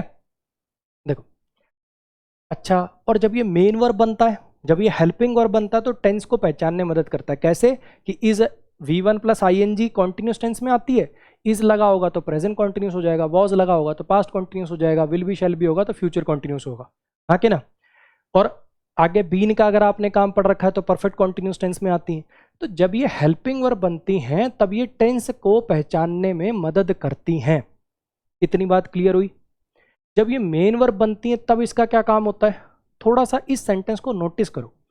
अमन is a teacher, Aman is a doctor, Aman is a lawyer, इसमें तो कोई काम हो ही नहीं रहा, हाँ कि ना, इसमें तो कोई काम हो ही नहीं रहा। ही वॉज अ डॉक्टर, कुछ आ रही है मेरी बात समझ में? देवर माई स्टूडेंट्स, वो मेरे स्टूडेंट्स थे, वो एक टीचर था, वो एक डॉक्टर था, वो एक टीचर है, वो एक लॉयर है। किसी के बारे में बस कुछ बता रहे हो, कोई एक्शन नहीं हो रहा इसके अंदर, किसी के बारे में कोई इन्फॉर्मेशन दी जा रही है, किसी के बारे में कोई जानकारी दी जा रही है। ये बात आपको समझ में आती? हाँ जी। तो एक बार फिर से जरा समझने की कोशिश करिए कि ये जो बी की फॉर्म होती है अंग्रेजी में 2 काम करती हैं। एक तो हेल्पिंग वर्ब बनना, जब ये हेल्पिंग वर्ब बनती हैं पहचान क्या है, इसके बाद मेन वर्ब आ रही होती है, काम क्या है, ये टेंस को बताने में मदद करती है। और जब ये मेन वर्ब बनती हैं तब क्या है, जब ये मेन वर्ब बनती हैं तब क्या होता है, तब बेसिकली ये किसी के बारे में कुछ बताने वाले सेंटेंस में यूज करी जाती है। कोई एक्शन नहीं कराना मुझे, अमन से कोई एक्शन नहीं करवाना मुझे यहाँ पे कि अमन खा रहा है, अमन सो रहा है, अमन नाच रहा, ना, बस उसके बारे में कुछ बताना है कि वो एक टीचर है, वो एक डॉक्टर है, वो एक लॉयर है। इस टाइप के सेंटेंसेस के लिए बी की फॉर्म को मेन वर्ब के रूप में यूज में लिया जाता है। तो सर एक बात बताओ, कल आप पढ़ा के गए थे कि सब्जेक्ट वो होता है जो काम को करता है, अब यहाँ पे तो काम हो ही नहीं रहा है ना, यहाँ पे तो काम हो ही नहीं रहा, तो सर फिर यहाँ पे सब्जेक्ट कैसे पहचानूंगा, यहाँ पे मैं सब्जेक्ट कैसे पहचानूंगा? यहाँ पे आप सब्जेक्ट, भैया सिंपल सा तरीका है सब्जेक्ट पहचानने का, बिल्कुल सिंपल सा तरीका है। जिसके बारे में बताने के लिए, जिसके बारे में जानकारी देने के लिए सेंटेंस लिखा है, central idea, main idea of the sentence, जिसके बारे में जानकारी देने के लिए वाक्य लिखा गया है, सेंटेंस लिखा गया, वही आपका सब्जेक्ट हो जाएगा। सिंपल। आगे की कहानी वही सेम रहेगी। अमन का पार्ट्स ऑफ स्पीच क्या है, नाउन है, टाइप क्या है, प्रॉपर, आगे की कहानी डिट्टो सेम। क्लियर हो गई इतनी बात? अच्छा, तो इसको क्या बोलें, तो इसको क्या बोलें फिर, ऑब्जेक्ट बोल दें इसको? हाँ जी, इसको ऑब्जेक्ट बोल दें क्या? नहीं बच्चे, इसको ऑब्जेक्ट मत बोलिए। ऑब्जेक्ट वो होता है जिस पर काम किया जाए, ऑब्जेक्ट वो होता है जो एक्शन का रिसीवर होता है, हाँ कि ना। ऑब्जेक्ट वो होता है जो एक्शन का रिसीवर होता है। यहां पे कोई एक्शन ही नहीं हो रहा तो ये ऑब्जेक्ट कैसे हुआ? इसके लिए ग्रामर में एक हाई फाई टर्म बना रखी है, सब्जेक्ट कॉम्प्लीमेंट। कॉम्प्लीमेंट की स्पेलिंग देखिएगा, एल ई आएगा, यहाँ पे एल आई नहीं आएगा। एल आई वाले का मतलब होता है तारीफ करना, एल ई वाले का मतलब होता है पूरक। आपको अगर याद हो, आपको अगर थोड़ा सा याद हो तो आपने मैथ्स में एक टॉपिक पढ़ा था कॉम्प्लीमेंट्री एंगल्स। अगर ये एंगल 30 डिग्री का है तो इसका कॉम्प्लीमेंट्री एंगल 60 का हो जाता था, कुछ याद आ रहा है? ऐसा एंगल जो 90 डिग्री का पूरा करने में मदद करता हो। मुझे पता है पूरा एंगल 360 का होता है, मैं बात वो नहीं कर रहा हूँ। कॉम्प्लीमेंट्री का यहाँ अर्थ है जो एंगल को 90 पूरा कर दे। तो कॉम्प्लीमेंट करने का अर्थ होता है पूरक, हिंदी में इसका नाम भी पूरक कोण है, हाँ कि ना। तो ये बेसिकली आया क्यों है, टीचर शब्द आया क्यों है? सब्जेक्ट के बारे में कुछ जानकारी देने के लिए, सब्जेक्ट के बारे में कुछ बताने के लिए, इसलिए इसको ऑब्जेक्ट ना कह के सब्जेक्ट कॉम्प्लीमेंट कहते हैं। एक छोटी सी बात मैं आपको थोड़ी सी और क्लियर कर देता हूं, उससे और क्लियर होगा। इधर देखो, इसको सब्जेक्ट कॉम्प्लीमेंट कह सकते हैं? इसको सब्जेक्ट कॉम्प्लीमेंट कह सकते हैं? नहीं। अमन और सॉन्ग एक ही है क्या? बताओ, क्या अमन और सॉन्ग एक ही है क्या? सॉन्ग ने अमन के बारे में कुछ बताया? नहीं, तो ये नहीं है सब्जेक्ट कॉम्प्लीमेंट। बिल्कुल सिंपल सी बात है, देखो बिल्कुल सिंपल सी बात है। जैसे इधर देखो, क्या क्रिकेट को सब्जेक्ट कॉम्प्लीमेंट कह सकते हैं? नहीं। क्या क्रिकेट ने अजय के बारे में कुछ बताया क्या? नहीं, तो ये नहीं है सब्जेक्ट कॉम्प्लीमेंट। तो बिल्कुल सिंपल सी बात है बच्चे कि अगर सब्जेक्ट और जो आगे लिखा है वो दोनों एक ही हैं, टीचर और अमन एक ही हैं, तो समझ जाओ कि ये जो शब्द है ये ऑब्जेक्ट नहीं सब्जेक्ट कॉम्प्लीमेंट है। सब्जेक्ट और ऑब्जेक्ट तो ऑब्वियसली अलग अलग होंगे ना, सब्जेक्ट और ऑब्जेक्ट तो अलग अलग है। ये पर्सन और ये पर्सन सेम है, तो समझ जाओ कि ये सब्जेक्ट कॉम्प्लीमेंट है। और दूसरी बिल्कुल simple hint, is, am, are, was, were जब किसी वाक्य में मेन वर्ब का काम करें तो ये बात तय है कि उसमें कोई एक्शन नहीं होगा। और इनको मेन वर्ब के रूप में लिखा ही इसलिए जाता है, दो ही तो काम है बेचारों के, हेल्पिंग वर्ब बनना तो टेंस को आइडेंटिफाई करवाना, मेन वर्ब बनना, मेन वर्ब बन के क्या करते हैं, ऐसे सेंटेंस लिखने में मदद करते हैं, ऐसे सेंटेंस लिखने में मदद करते हैं कि सब्जेक्ट के बारे में कुछ बताने वाला, किसी के बारे में कुछ इंफॉर्मेशन देने वाला सेंटेंस लिखने में मदद करते हैं। और इसीलिए इनका हाई फाई नाम पड़ जाता है लिंकिंग वर्ब। क्यों कहते हैं इसको लिंकिंग वर्ब? क्योंकि ये किसी एक्शन को नहीं दिखाती, बस दो चीजों को लिंक करती है। जिसके बारे में जानकारी देनी है और जो जानकारी देनी है उनको बस लिंक करती है, इसीलिए इसको लिंकिंग वर्ब कहते हैं। आओ अब ये पूरा टॉपिक एक बार वापस समेट देता हूं। अभी थोड़ा सा तुम्हें परेशानी हो रही होगी, जैसे ही मैं पूरा रिवाइज कराऊंगा बिल्कुल क्रिस्टल क्लियर हो जाएगा। थोड़ा सा ऐसे डरना नहीं है, ठीक है? डरोगे तो देखो दिक्कत होगी, डरोगे तो दिक्कत होगी, ठीक? कई बच्चे वो नहीं होते ऐसे कान बंद कर लेंगे, ना ना ना ना, हमें थोड़ी समझ में आ सकता है, मैं तो हिंदी मीडियम का, मुझे एक बार में थोड़ी आएगा। वो बच्चा नहीं बनना, थोड़ा सा अपने ऊपर पेशेंस रखिए, ठीक है? जैसे मैं क्लास में बहुत बार कहता हूँ कि कई बार ना नाम तो बड़े भारी भारी रख लेते हैं। अब मान लो स्कूल में बच्चे को नाम लिखवा के आ गए, ठाकुर मनवेंद्र प्रताप सिंह राठौड़ गाजियाबाद वाले हैं। घर पे उसी की दादी उसको कह रही होती है, अरे मोनू पानी लिया, अरे मोनू के बात कच्छा में हक दियो। तो कई बार क्या होती, नाम बड़े और दर्शन छोटे वाली बात होती, इतनी मुश्किल ये चीजें हैं नहीं, इसकी इतनी मुश्किल ये चीजें हैं नहीं, तो डरना नहीं है बिल्कुल भी, ठीक है? अब जो टॉपिक था मेन वो ये था कि देखो टीचर शब्द क्या है, नाउन है, टाइप क्या है, कॉमन है, हर टीचर को टीचर बोलते हैं। और यहाँ टीचर शब्द काम क्या कर रहा है, सब्जेक्ट कॉम्प्लीमेंट बनना, सब्जेक्ट के बारे में कुछ बताने वाला वर्ड बनना। आ जाओ, ये जितना टॉपिक आज की क्लास में यहाँ से मैंने शुरू किया था इसको पूरे को आपको रिवाइज कराता हूँ, ठीक है? शुरू से वापस शुरू करते हैं, ठीक? टॉपिक का काम क्या था, क्यों है ये टॉपिक? हम नाउन के काम पढ़ रहे थे। नाउन क्या बनता था सर? वर्ब का सब्जेक्ट बन जाता था, वर्ब का ऑब्जेक्ट बन जाता था, प्रीपोजिशन का ऑब्जेक्ट बन जाता था। इतना हमने पढ़ लिया था, अभी तक इतना हमने कल की क्लास में देख लिया था। आज हम नाउन का चौथा काम समझने निकले थे कि नाउन जो है वो सब्जेक्ट कॉम्प्लीमेंट बनने का काम कर देता है। इसको अपन समझने निकले थे। आओ समझने की कोशिश करो। इसके लिए मैंने आपको बोला थोड़ा सा आपको बी की form is am are was were का पता होना चाहिए। क्या पता होना चाहिए? ये जो शब्द होते हैं जैसे is am are was were be been, ये भी वर्ब ही हैं। जैसे गो वेंट गॉन वर्ब है, ईट एट ईटन वर्ब है, ड्राइव ड्रोव ड्रिवन वर्ब है, सिंग सैंग संग वर्ब है, ऐसे ये भी वर्ब ही हैं। बस इसमें अलग बात क्या है, वो वर्ब कभी हेल्पिंग वर्ब नहीं बन सकती। ये जो वर्ब है ये हेल्पिंग वर्ब और मेन वर्ब दोनों बन सकती है। तो पहली चीज तो मैंने आपको क्या सिखाई कि पहचानोगे कैसे कि हेल्पिंग वर्ब है कि मेन वर्ब। बिल्कुल आसान। अगर इसके बाद कोई मेन वर्ब आ रही है तो ये हेल्पिंग वर्ब, वरना मेन वर्ब। पहचान क्लियर हो गई। दूसरा मैंने कहा कि इनके काम में भी डिफरेंस है। जब ये हेल्पिंग वर्ब बनती है, मैंने आपको इन एग्जाम्पल से यहाँ पे बताया कि जब ये हेल्पिंग वर्ब बनेगी तो देखो टेंस को चेंज करेगी। इज एम आर लगाओगे तो प्रेजेंट कॉन्टिन्यूस होगा, वॉज वर लगाओगे तो पास्ट कॉन्टिन्यूस होगा, विल बी शैल बी लगाओगे तो फ्यूचर कॉन्टिन्यूस होगा। यानी ये लगकर, ये बेसिकली मेन वर्ब के साथ लगकर जब ये हेल्पिंग वर्ब बनती हैं तो टेंस बदलने के या टेंस की पहचान करने में काम करती हैं। और जब ये मेन वर्ब बनती हैं, जब ये मेन वर्ब बनती हैं तब क्या काम कर रही होती हैं? मान लो मुझे एक ऐसा सेंटेंस लिखना है जिसमें मुझे कोई काम नहीं कराना, क्योंकि बाकी वर्ब तो काम को दिखाएंगी। ईट माने खाना, प्ले माने खेलना, स्टडी माने पढ़ना, है ना। बाकी वर्ब तो काम को दिखाएंगे, मुझे कुछ काम कराना ही नहीं है।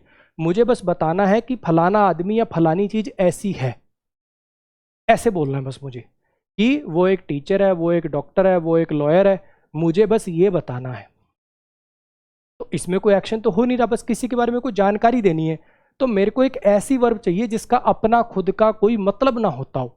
जैसे ईट माने खाना, प्ले माने खेलना, स्टडी माने पढ़ना। मुझे एक ऐसी वर्ब चाहिए थी जिसका कोई मीनिंग ना होता हो, और उसमें हमारा साथ देंगे जी ये, उसमें हमारा साथ देंगे जी ये is am are was were be been, ये सब समझ आया।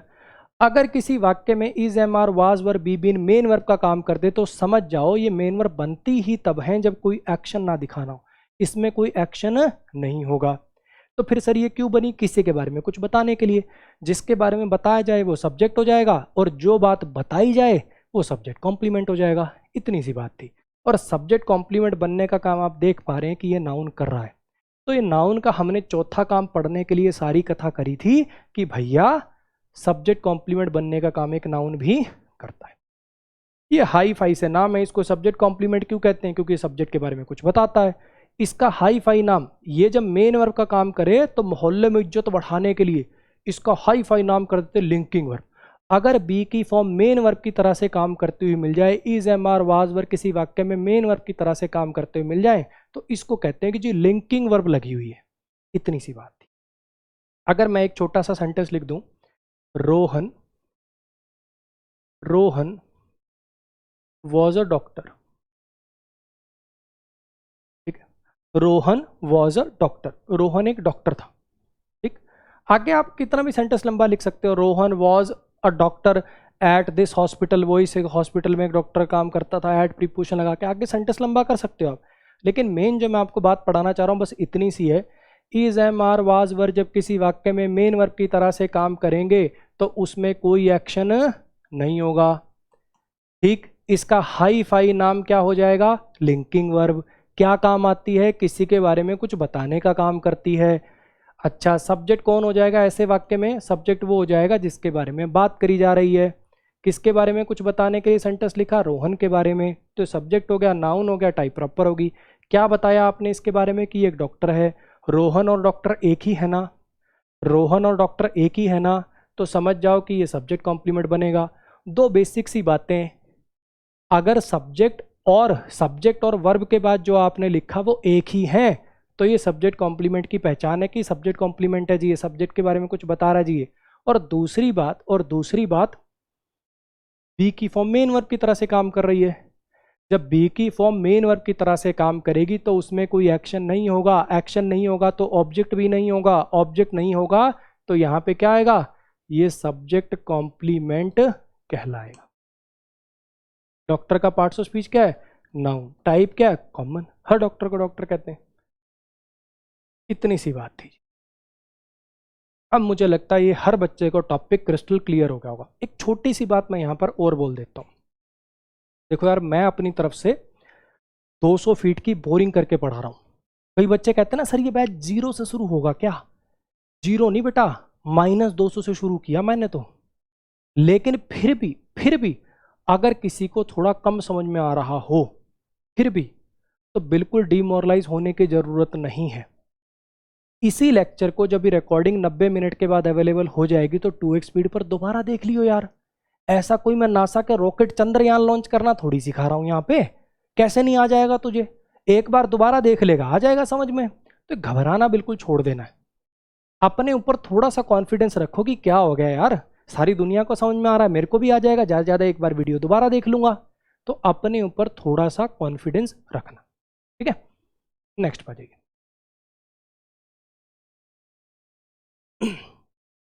अब थोड़ा सा प्रोनाउन को देखते हैं।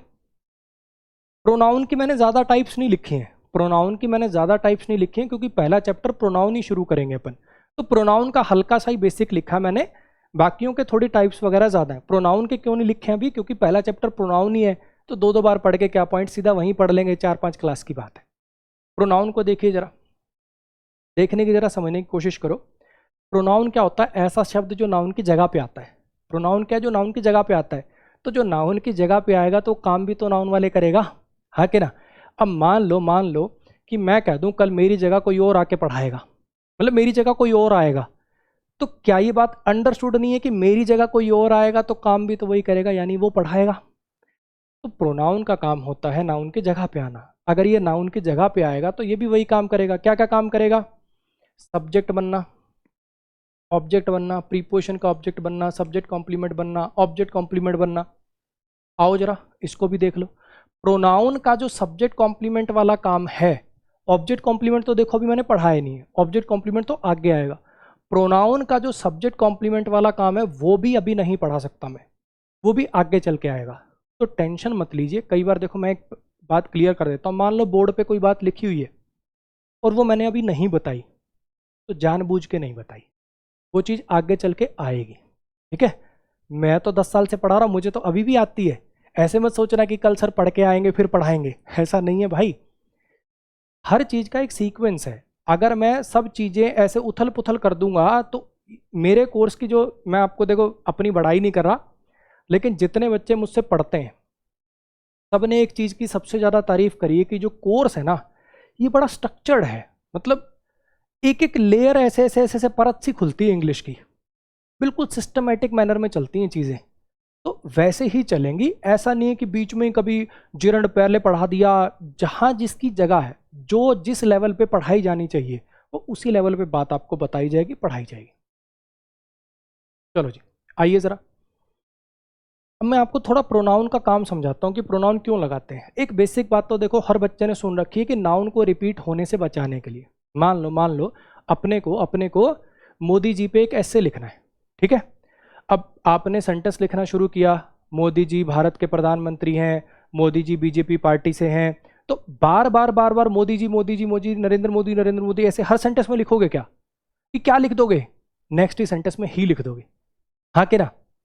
मेरी बात आ रही है समझ में। मान लो सचिन पे ऐसे लिखना है कि सचिन एक क्रिकेटर है, सचिन बार बार सचिन सचिन सचिन सचिन ऐसे लिखोगे कि नेक्स्ट ही सेंटेंस में ही लिख दोगे, ही लिख दोगे। आ रही है बात समझ में। तो एक नाउन को रिपीट होने से बचाना ये तो हर बच्चा जानता है, इसी बात को थोड़ा और क्लियर कर रहा हूं मैं, ध्यान से सुनना मेरी बात। इधर देखो, अमन bought a bag for Aarti, ठीक है। इतना तो मुझे लगता है जो मैंने पहले पढ़ाया, बाय बॉट, बॉट क्या हो गया जी, वर्ब हो गया। ये काम किया किसने, अमन ने, तो ये अमन सब्जेक्ट हो गया। पार्ट्स ऑफ स्पीच नाउन हो गया, टाइप इसकी प्रॉपर हो गया, ये कल पढ़ा अपन ने सबका सब।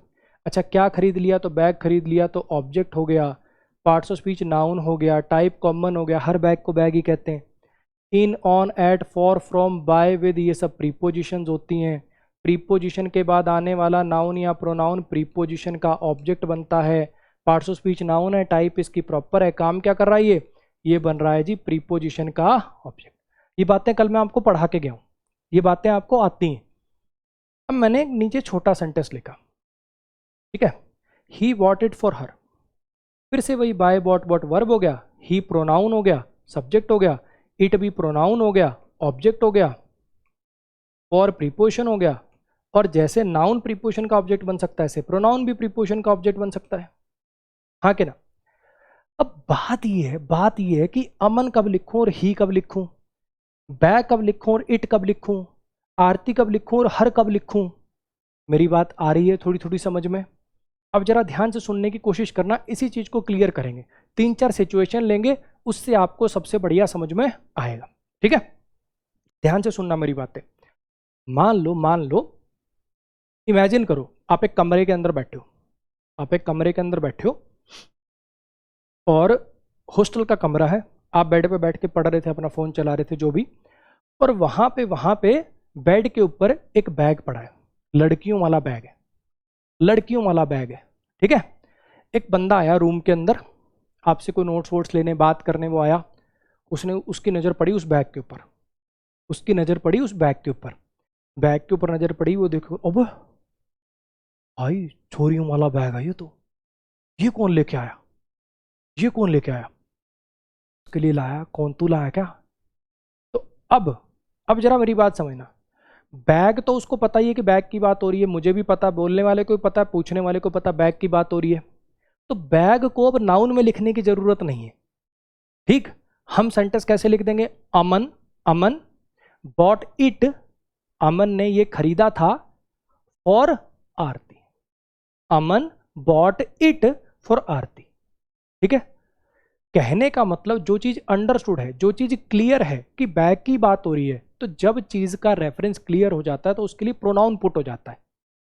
अब सिचुएशन नंबर 2 देखो, इस बार अमन भी उसी कमरे में बैठा है, तुम यहां बैठे हो, यहां वो बैग पड़ा है, वहां पे कुर्सी पे अमन बैठा पढ़ रहा है।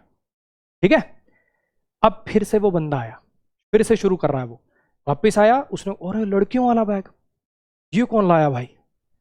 इस बार बैग भी ऑब्वियस है, और अगर तुम उसकी तरफ इशारा कर दो, उसकी तरफ इशारा कर दो, ही बोल दो, तो वो भी अंडरस्टूड हो जाएगा। ऑब्वियस बात है, अमन बैठा है, ही कह दिया तो अमन की बात हो रही है, हाँ के ना?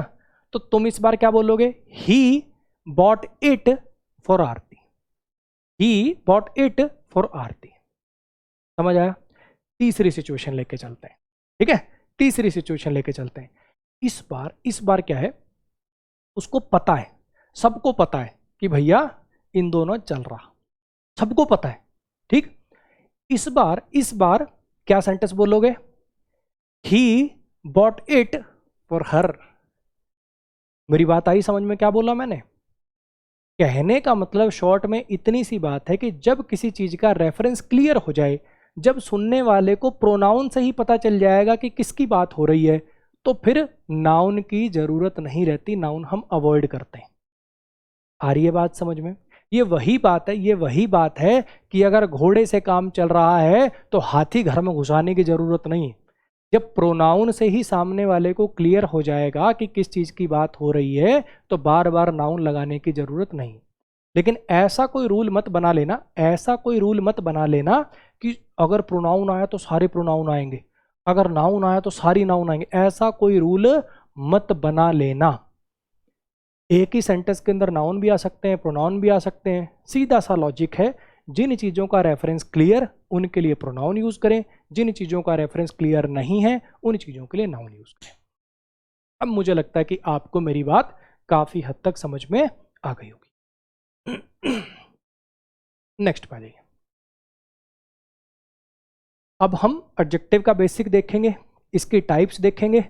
मुझे लगता है ब्रेक का आपका टाइम हो गया होगा। जल्दी से जिसको वॉशरूम वगैरह जाना है, गोली की रफ्तार से जाओ और आओ।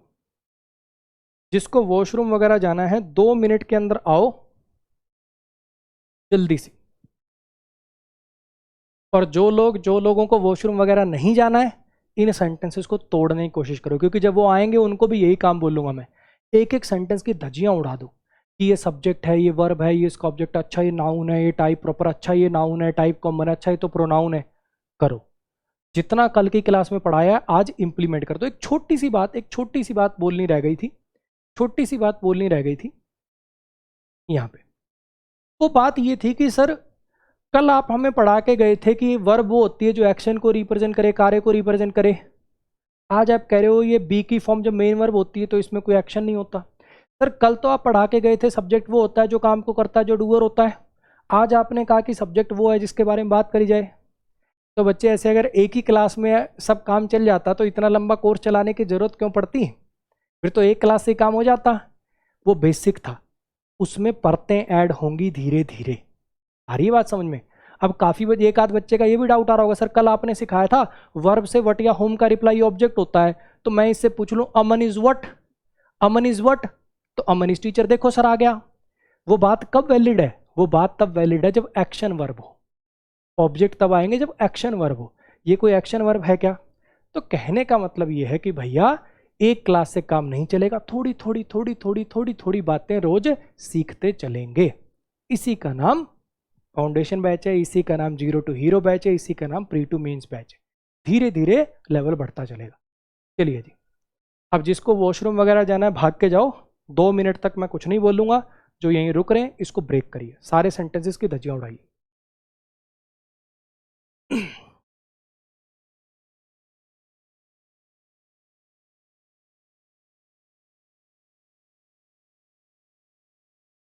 ये रितु कुमारी जी कल भी कह रही थी इससे ज्यादा आवाज कम आ रही है, आज आवाज कम आ रही है। रितु कुमारी जी ईयरफोन खरीद लीजिए।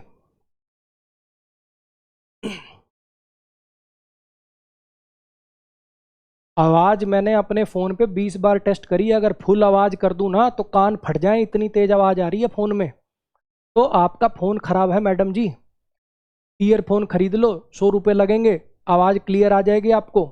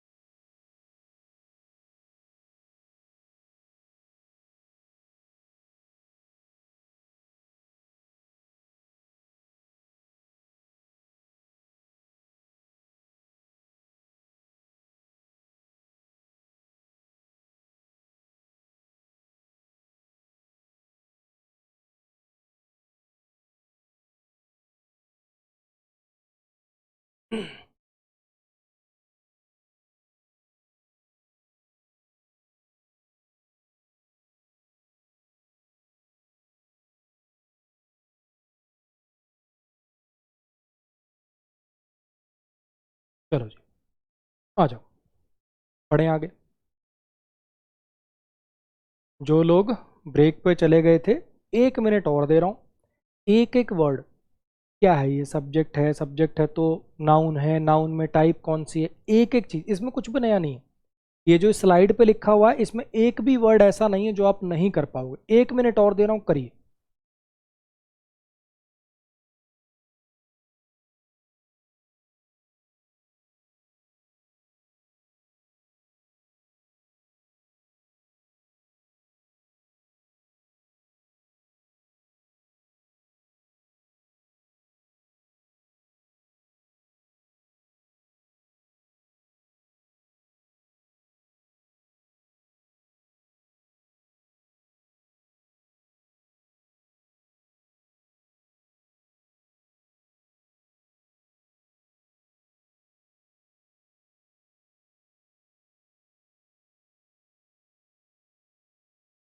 चलो आ जाओ। राइट और रिटर्न क्या हो गया, वर्ब हो गया। अच्छा किसने लिखा, डूअर कौन है, मोहन। तो ये सब्जेक्ट हो गया, पार्ट्स ऑफ स्पीच इसका नाउन हो गया, टाइप इसकी प्रॉपर होगी। क्या लिख दिया जी इसने, मोहन ने लिख दिया, क्या लिख दिया, लेटर लिख दिया। मोहन रोट वट, वर्ब से वट या होम का रिप्लाई क्या हो गया, ऑब्जेक्ट हो गया। पार्ट्स ऑफ स्पीच नाउन हो गया, टाइप इसकी कॉमन हो गई। क्लियर है इतनी बात। For, from, by, with, to, ये सब क्या है, प्रीपोजिशन है। प्रीपोजिशन के बाद आने वाला नाउन या प्रोनाउन क्या बनता है, प्रीपोजिशन का ऑब्जेक्ट बनता है। शालिनी का पार्ट्स ऑफ स्पीच नाउन है, टाइप इसकी प्रॉपर है। इतना फंडा बिल्कुल क्लियर। एक ऐसा शब्द जो नाउन या प्रोनाउन के साथ लगकर उसकी विशेषता बता दे। Mohan wrote a romantic letter, Mohan wrote a lengthy letter, Mohan wrote a short letter. एक ऐसा शब्द जो किसी नाउन के साथ लगकर उसकी विशेषता बताए, उसको अंग्रेजी में क्या कहते हैं, उसको कहते हैं एडजेक्टिव। इसकी जो प्रोनाउंसिएशन होती है वो होती है एडजेक्टिव, एडजेक्टिव नहीं एडजेक्टिव। लेकिन कोई दिक्कत नहीं है, कोई इंटरव्यू स्टेज तो हमारी अभी है नहीं, तो अगर एडजेक्टिव बोलते हो तो मैं भी ज़्यादातर एडजेक्टिव ही बोलता हूँ, तो बिल्कुल भड़क लेने की जरूरत नहीं है। ठीक, तो एडजेक्टिव कह लो, एडजेक्टिव कह लो। ए एन द आर्टिकल होते हैं, ये बात आपको बताइए। क्लियर हो गया। इस सेंटेंस पे आ जाइए। रजनी ने कार बेच दी रमेश को, रजनी ने कार बेच दी रमेश को। सेल, सोल्ड, सोल्ड क्या हो गया, वर्ब हो गया। किसने बेची, रजनी ने, तो सब्जेक्ट हो गया, पार्ट्स ऑफ स्पीच नाउन हो गया, टाइप इसकी प्रॉपर हो गया। ठीक है जी। अच्छा क्या बेच दिया, क्या बेच दिया, तो कार बेच दी, ऑब्जेक्ट हो गया, पार्ट्स ऑफ स्पीच नाउन हो गया, टाइप इसकी कॉमन हो गया। ठीक। अच्छा कैसी कार बेच दी, कौन सी कार बेच दी, रजनी ने एक नई कार बेच दी, रजनी ने एक पुरानी कार बेच दी। New car, old car, famous car बेच दी, कॉस्टली कार बेच दी, चीप कार बेच दी, सेकंड हैंड कार बेच दी, यूज्ड कार बेच दी।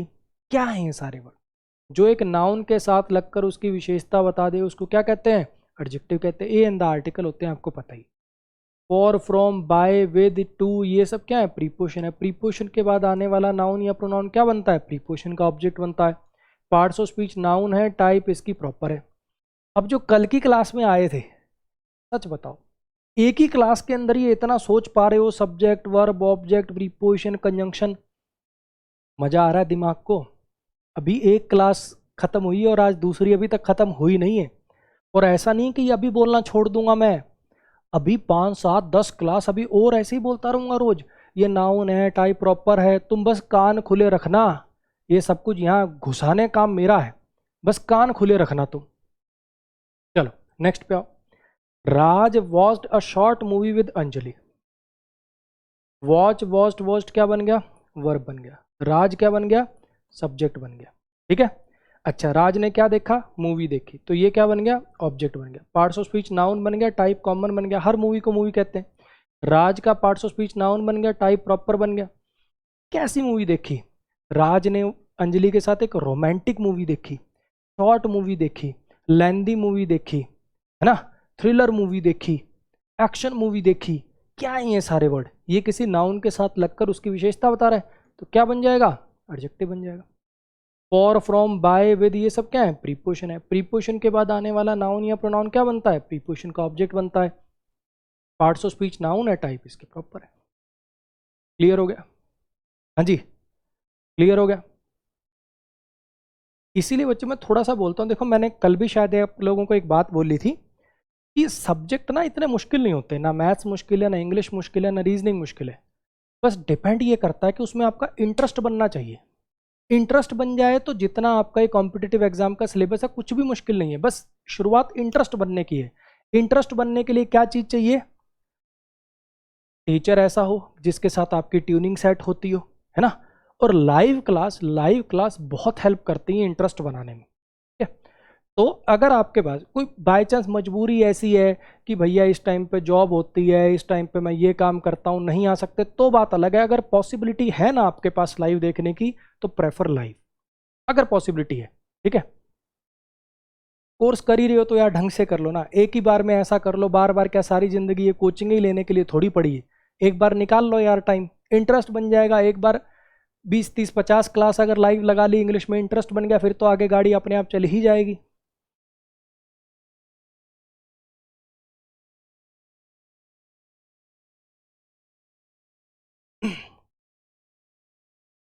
चलो जी, अब जैसे हमने नाउन की टाइप पढ़ी थी, proper noun, common noun, collective noun पढ़ी थी ना अपन ने, ऐसे ही अपन एडजेक्टिव की टाइप पढ़ेंगे अब। बिल्कुल नाम से ही क्लियर है, बिल्कुल बिल्कुल आसान, घबराने की बिल्कुल जरूरत नहीं। इधर देखो, इधर देखो, क्वालिटेटिव एडजेक्टिव, क्वालिटेटिव एडजेक्टिव नाम से क्लियर है। क्या करता होगा क्वालिटेटिव एडजेक्टिव? क्वालिटेटिव एडजेक्टिव क्या करता होगा? क्वालिटी बताता होगा। क्वालिटी बताने वाले वर्ड कैसे होते हैं? देखो, जो किसी चीज के बारे में राय बताते हैं, ऐसे वर्ड। जैसे मैंने कहा nice question, difficult question, easy question, ये मेरी राय है किसी के बारे में। मैंने कहा ब्यूटीफुल गर्ल, हैंडसम बॉय, ये मेरी राय है। जो किसी चीज के बारे में, जो किसी चीज के बारे में आपका ओपिनियन देते हैं, ठीक है। अच्छा, जो साइज बता दें, बिग हो गया, स्मॉल हो गया, जो किसी चीज का साइज बता दें, वो भी क्वालिटेटिव के अंडर में आते हैं। जो चीज़ की एज बताएं, कोई चीज़ नई है, पुरानी है, यंग हो गया, न्यू हो गया, ओल्ड हो गया, ये भी क्वालिटेटिव के अंडर में आते हैं। जो किसी चीज़ की शेप बताएं, circular, triangular, rectangular, straight, curly, ये सब क्या है? ये भी क्वालिटेटिव के अंडर में आते हैं। जो किसी चीज़ का कलर बताएं, रेड, ब्लू, ग्रीन, ये भी क्वालिटेटिव के अंडर में आते हैं। जो किसी चीज़ का मटेरियल बनाए, पदार्थ बनाए, किस चीज़ से बनी है, वुडन चेयर, तो लकड़ी की बनी चेयर, ये भी क्वालिटेटिव के अंडर में आते हैं। क्वालिटेटिव में कौन कौन सी चीजें आएंगी, टेंशन मत लो, दोबारा रिवीजन होगी, सेंटेंस होगी। इधर देखो एक बार, इधर देखो, पहले सारी टाइप बताऊंगा, ठीक है, फिर ये सेंटेंस कराऊंगा, तुम पहले अटेम्प्ट करोगे, फिर मैं डिस्कस करूंगा, फिर ये सेंटेंस कराऊंगा, फिर तुम पहले करोगे, फिर मैं डिस्कस करूंगा, फिर आपका एक डाउट आएगा एडजेक्टिव वर्सेस प्रोनाउन का, वो यहाँ से क्लियर होगा। तो बिल्कुल भी तुम्हें टेंशन लेने की जरूरत नहीं है। फिर आपका ये अपोस्ट्रोफी का और दीज वाला डाउट आएगा, वो यहाँ से क्लियर होगा। तो बिल्कुल परेशान होने की जरूरत नहीं है, चीज़ों से डरना छोड़ो, पहले तो बस ध्यान से सुन लो, बस ध्यान से सुन लो, ठीक है। क्वालिटेटिव एडजेक्टिव जो क्वालिटी बताए, क्वालिटी के अंडर में कौन कौन से आएंगे? जो ओपिनियन दे, किसी चीज़ के बारे में राय दे, opinion, size, age, shape, colour, material, ये सब किसके अंडर में जाएंगे? क्वालिटेटिव, क्वालिटी बताने वाले के अंडर में पटक दी। क्वांटिटेटिव, जैसा कि नाम से क्लियर है, जैसा कि इसके नाम से क्लियर है, जो क्वांटिटी बताता हो, जो क्वांटिटी बताता हो किसी चीज़ की। क्वांटिटी क्या होता है? कम ज़्यादा, इस टाइप की बातें, है ना। फ्यू हो गया, मैनी हो गया, लिटल हो गया, मच हो गया, सम हो गया। देखो जैसे ये वाले दोनों लगते हैं काउंटेबल के साथ। एग्जाम्पल से समझो, फ्यू चेयर्स, ना के बराबर कुर्सियां, ठीक है। Few chairs, many boys, many girls, many tables, few letters, ये किसके साथ लगते हैं? काउंटेबल के साथ। ये वाले किसके साथ लगते हैं? अनकाउंटेबल के साथ। लिटल वाटर इज लेफ्ट, ना के बराबर ही पानी बचा है, ठीक है। लिटल एफर्ट्स, है ना, शो लिटल एफर्ट्स, थोड़े तो एफर्ट्स दिखाओ। तो ये वाले क्या है? ऐसी चीज़ों के साथ लगेंगे जो अनकाउंटेबल होती हैं, ऐसी चीज़ें जो अनकाउंटेबल होती हैं उनके साथ ये लगेंगे। ये जो सम और ऑल होते हैं, ये काउंटेबल अनकाउंटेबल दोनों के साथ लग जाते हैं। सम और ऑल जो है ये काउंटेबल और अनकाउंटेबल दोनों के साथ लग जाएंगे, ये काउंटेबल और अनकाउंटेबल दोनों के साथ लग जाएंगे। आप सम बुक्स भी कह सकते हो, सम वाटर भी कह सकते हो, है ना। सम वर्क भी कह सकते हो, सम चेयर्स भी कह सकते हो। ऐसे ये जो ऑल है ये भी काउंटेबल अनकाउंटेबल दोनों के साथ लग जाता है।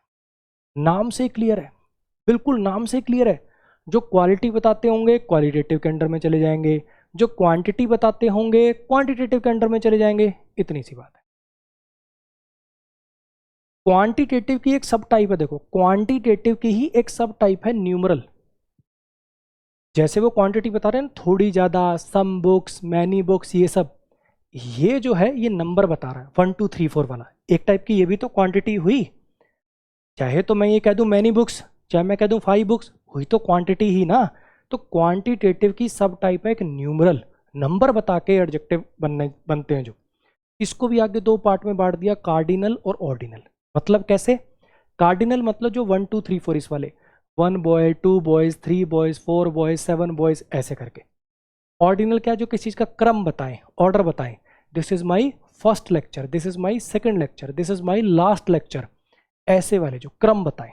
ठीक है, तो समझने की कोशिश करिए, बिल्कुल ईजी है, टेंशन मत लो। जब ये सारी टाइप्स हो जाएंगी एक बार दोबारा दिखाऊंगा, फिर सेंटेंस करेंगे। ठीक है, एक है प्रॉपर एडजेक्टिव।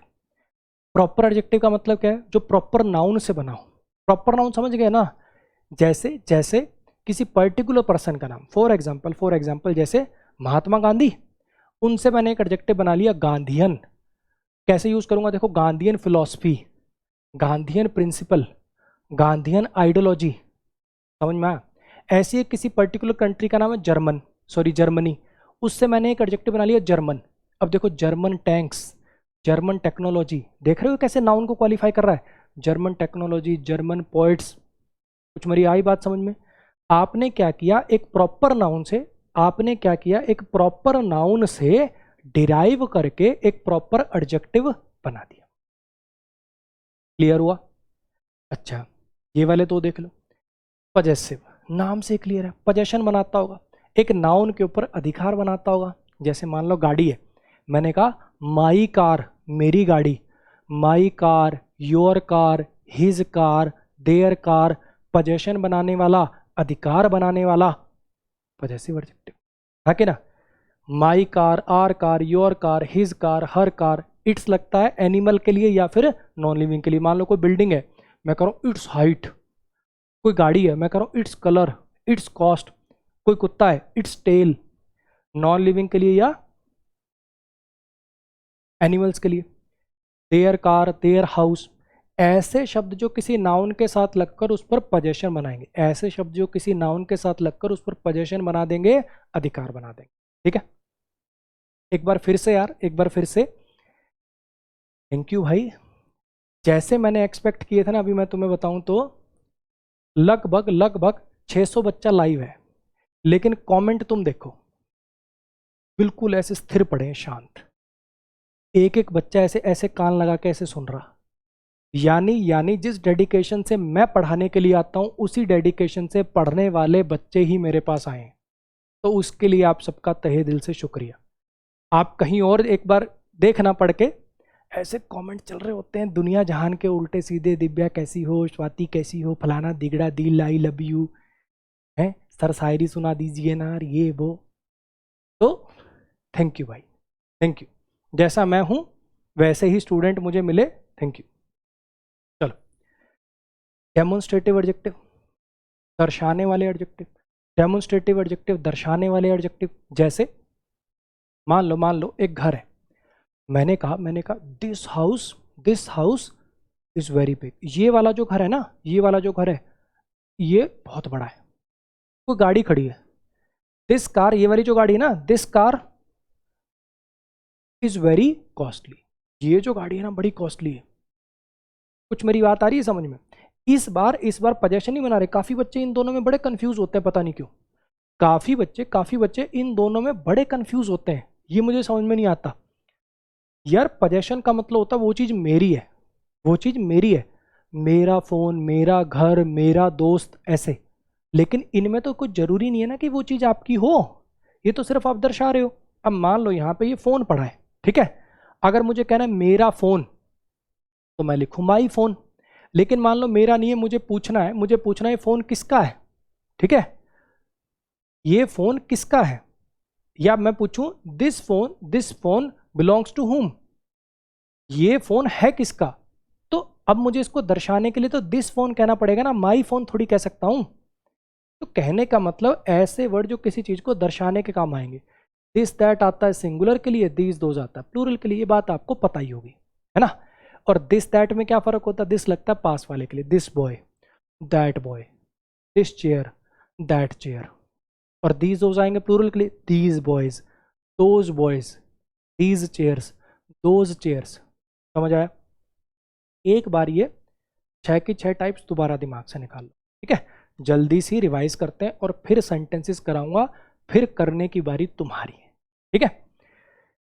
एडजेक्टिव की जो पहली टाइप है वो है क्वालिटेटिव एडजेक्टिव। एडजेक्टिव की जो पहली टाइप है वो है क्वालिटेटिव एडजेक्टिव, किसी चीज की क्वालिटी बताना। Opinion, size, age, shape, colour, ये सब चीजें अगर आप किसी चीज के बारे में बताते हो तो वो क्वालिटेटिव के अंडर में चली जाती हैं। क्वांटिटेटिव एडजेक्टिव जो किसी चीज की क्वांटिटी बताए, जो वो चीज है कितनी, ऐसे शब्द आएंगे क्वांटिटेटिव के अंडर। जो किसी चीज पर अधिकार बना दे, my house, your house, my teacher, my friend, my book, your book, their task, their assignment, ऐसे वर्ड जो किसी नाउन के साथ लगकर उस पर अधिकार बना देंगे कि ये चीज इसकी है, तो ऐसे वाले वर्ड आएंगे पजेसिव एडजेक्टिव में, ठीक है। और इनमें ऐसा ज्यादा घबराने की, इतने ही हैं ये, एटसेट्रा इसके आगे काट भी दोगे तो भी कोई दिक्कत नहीं है, इतने ही हैं ये। और ये भी लगभग इतने ही हैं, छुटपुट एक दो और होंगे, मैं बहुत ज्यादा नहीं है। देखो ये वालों की तो कोई लिमिट नहीं है, इनके तो एन नंबर ऑफ एग्जाम्पल हो सकते हैं, ठीक है। ये भी थोड़े से इससे ज्यादा हो सकते हैं, ऑलमोस्ट डबल के करीब हो सकते हैं, लेकिन इनसे तो बिल्कुल डरने की जरूरत नहीं है। तो इतने ही वर्ड हैं, इतने ही वर्ड हैं बस ये। डेमोन्स्ट्रेटिव तो दर्शाए, दिस बॉय ऐसे इशारा करते हो ना, दिस बिल्डिंग, दिस बैग, ऐसे इशारा जो करते हो, दर्शाते हो किसी चीज को, जरूरी नहीं वो आपकी हो, ठीक है। खुद की है तो पता है इसमें क्या करना पड़ेगा, this bag belongs to me, यह बैग मेरा है, अलग से बताना पड़ेगा। दिस बैग लिखने से आपका नहीं हो जाएगा बैग। तो ये पोजेशन बनाते हैं, अधिकार बनाते हैं, और ये वाले जो हैं भैया ये डेमोस्ट्रेट करते हैं, दर्शाते हैं। डेमोस्ट्रेट माने दर्शाना, नाम से ही क्लियर है यार। पॉजेसिव पोजेशन बनाने वाला, डेमोस्ट्रेटिव दर्शाने वाला, क्वालिटेटिव क्वालिटी बताने वाला, क्वांटिटेटिव क्वांटिटी बताने वाला, न्यूमरल नंबर बताने वाला, प्रॉपर एडजेक्टिव जो प्रॉपर नाउन से डिराइव होकर बना हो। अब जी बारी आपकी। पूरे पूरे 3 से 4 मिनट मैं बिल्कुल चुप रहूंगा, आप भी कमेंट से उंगलियां दूर कर लीजिए, कॉपी पेन लेके बैठे होंगे।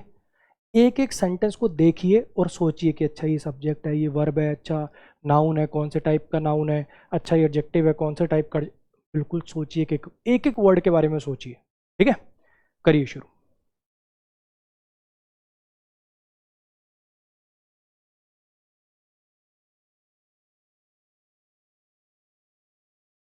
लिखा तो है भाई प्लूरल, देखेंगे।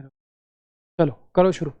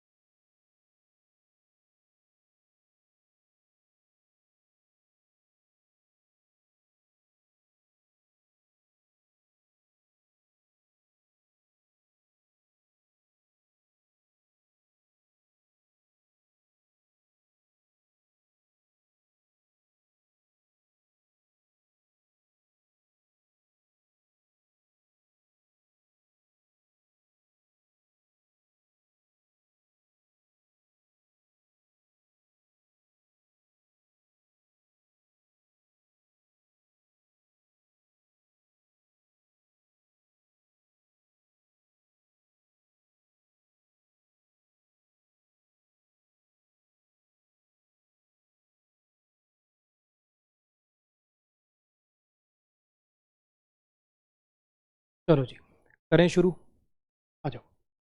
हेल्प हेल्प्ड हेल्प क्या बन गया, ठीक है। किसने करी हेल्प, किसने करी हेल्प, हेल्प करी मोहन ने, तो मोहन क्या बन गया जी, ठीक है जी। पार्ट्स ऑफ स्पीच क्या हो गया, नाउन हो गया। टाइप क्या हो गया इसकी, प्रॉपर हो। इतनी पिक्चर क्लियर है। अच्छा किसकी हेल्प कर दी, मोहन हेल्प, किसकी हेल्प कर दी, सोल्जर, ऑब्जेक्ट हो गया। Parts of speech noun, her soldier को सोल्जर ही कहते हैं। ऐसे मत सोचना कि अगर इसके साथ ये एडजेक्टिव लग गया तो अभी प्रॉपर नाउन हो जाएगा, नहीं। ये एडजेक्टिव लगाया इसलिए ताकि इसको स्पेसिफिक कर सके। ये तो अपने आप में तो ये कॉमन ही था ना, अपने आप में तो ये कॉमन ही था, तो यहाँ पे ये कॉमन नाउन है। अब यहाँ पे ये जो जर्मन शब्द है, मोहन ने हेल्प करी एक जर्मन सोल्जर की, मोहन ने हेल्प करी एक जर्मन सोल्जर की, जो एक नाउन के साथ लगकर उसकी विशेषता बता दे, क्या हो जाएगा, एडजेक्टिव हो जाएगा। एडजेक्टिव में कौन सा एडजेक्टिव है भैया जी, ये प्रॉपर नाउन से। जर्मनी से बना जर्मन, फ्रांस से बनेगा फ्रेंच, गांधी से बनेगा गांधीयन, समझ में आया। जो एक प्रॉपर नाउन से डिराइव होकर बना हो, प्रॉपर एडजेक्टिव। क्लियर हो गया। इस पर आई have bought these flowers for my wife, मैंने ये फूल खरीदे हैं मेरी वाइफ के लिए। बाय बॉट, बॉट क्या हो गया, वर्ब हो गया। अब तुम्हें पता है कि वर्ब से पहले जब ये is, am, are, was, were, have, had ये सब आ जाते हैं, क्या बनते हैं, हेल्प, ठीक है। किसने खरीदा, मैंने, तो ये क्या हो गया, सब्जेक्ट। पार्ट्स ऑफ स्पीच क्या हो गया, प्रोनाउन। क्या खरीद लिया जी, फूल खरीद ली। बॉट व्हाट, फ्लावर्स, क्या बन गया जी, object. Parts of speech noun, type इसकी कॉमन, हर फूल को फूल ही कहते हैं। अच्छा कौन से फूल खरीदे, मैंने ये जो फूल है ना, ये जो फूल है दर्शा रहे हो, दिस दैट दीज दोस क्या होते हैं, ये होते हैं जी डेमोन्स्ट्रेटिव एडजेक्टिव। क्लियर हुआ। विद, फॉर, फ्रॉम, बाय ये सब क्या है, प्रीपोजिशन है। प्रीपोजिशन के बाद आने वाला नाउन या प्रोनाउन क्या बनता है, प्रीपोजिशन का ऑब्जेक्ट बनता है। पार्ट्स ऑफ स्पीच नाउन है, टाइप इसकी कॉमन है। अब यहाँ पे माई जो है ये क्या कर रहा है, माई वाइफ के ऊपर पोजेशन बना रहा है, मेरी वाइफ, जैसे मेरी गाड़ी मेरा घर वैसे मेरी वाइफ। तो माई ने क्या किया, इस पर पोजेशन बनाया, तो माई क्या बना, माई बना आपका पॉजेसिव एडजेक्टिव। क्लियर हुआ। कुछ बच्चों के माइंड में, कुछ बच्चों के माइंड में हो सकता है कि ये डाउट आ रहा हो, दो चार छोटे छोटे डाउट आ रहे हो सकते हैं। एक तो ये, सर जर्मन सोल्जर पूरे कोई ऑब्जेक्ट नहीं लिख सकते क्या, लिख सकते हैं बच्चे, बिल्कुल लिख सकते हैं, लेकिन जब इतना ही तोड़ना हो कि ये सब्जेक्ट वर्ब ऑब्जेक्ट, अगर हम एक एक वर्ड को अलग अलग कर रहे हैं ना, पार्ट्स ऑफ स्पीच का काम करें, तब तो अलग अलग ही लिखना पड़ेगा। अगर सिर्फ इतना ही बताना होता सब्जेक्ट और ऑब्जेक्ट, तो इसको पूरे को ऑब्जेक्ट लिख देते। दूसरा सवाल, ये माई किसी ने प्रोनाउन लिखा आप में से, एक बार कमेंट करके बताओगे, आप में से किसी ने माई को प्रोनाउन लिख दिया था क्या?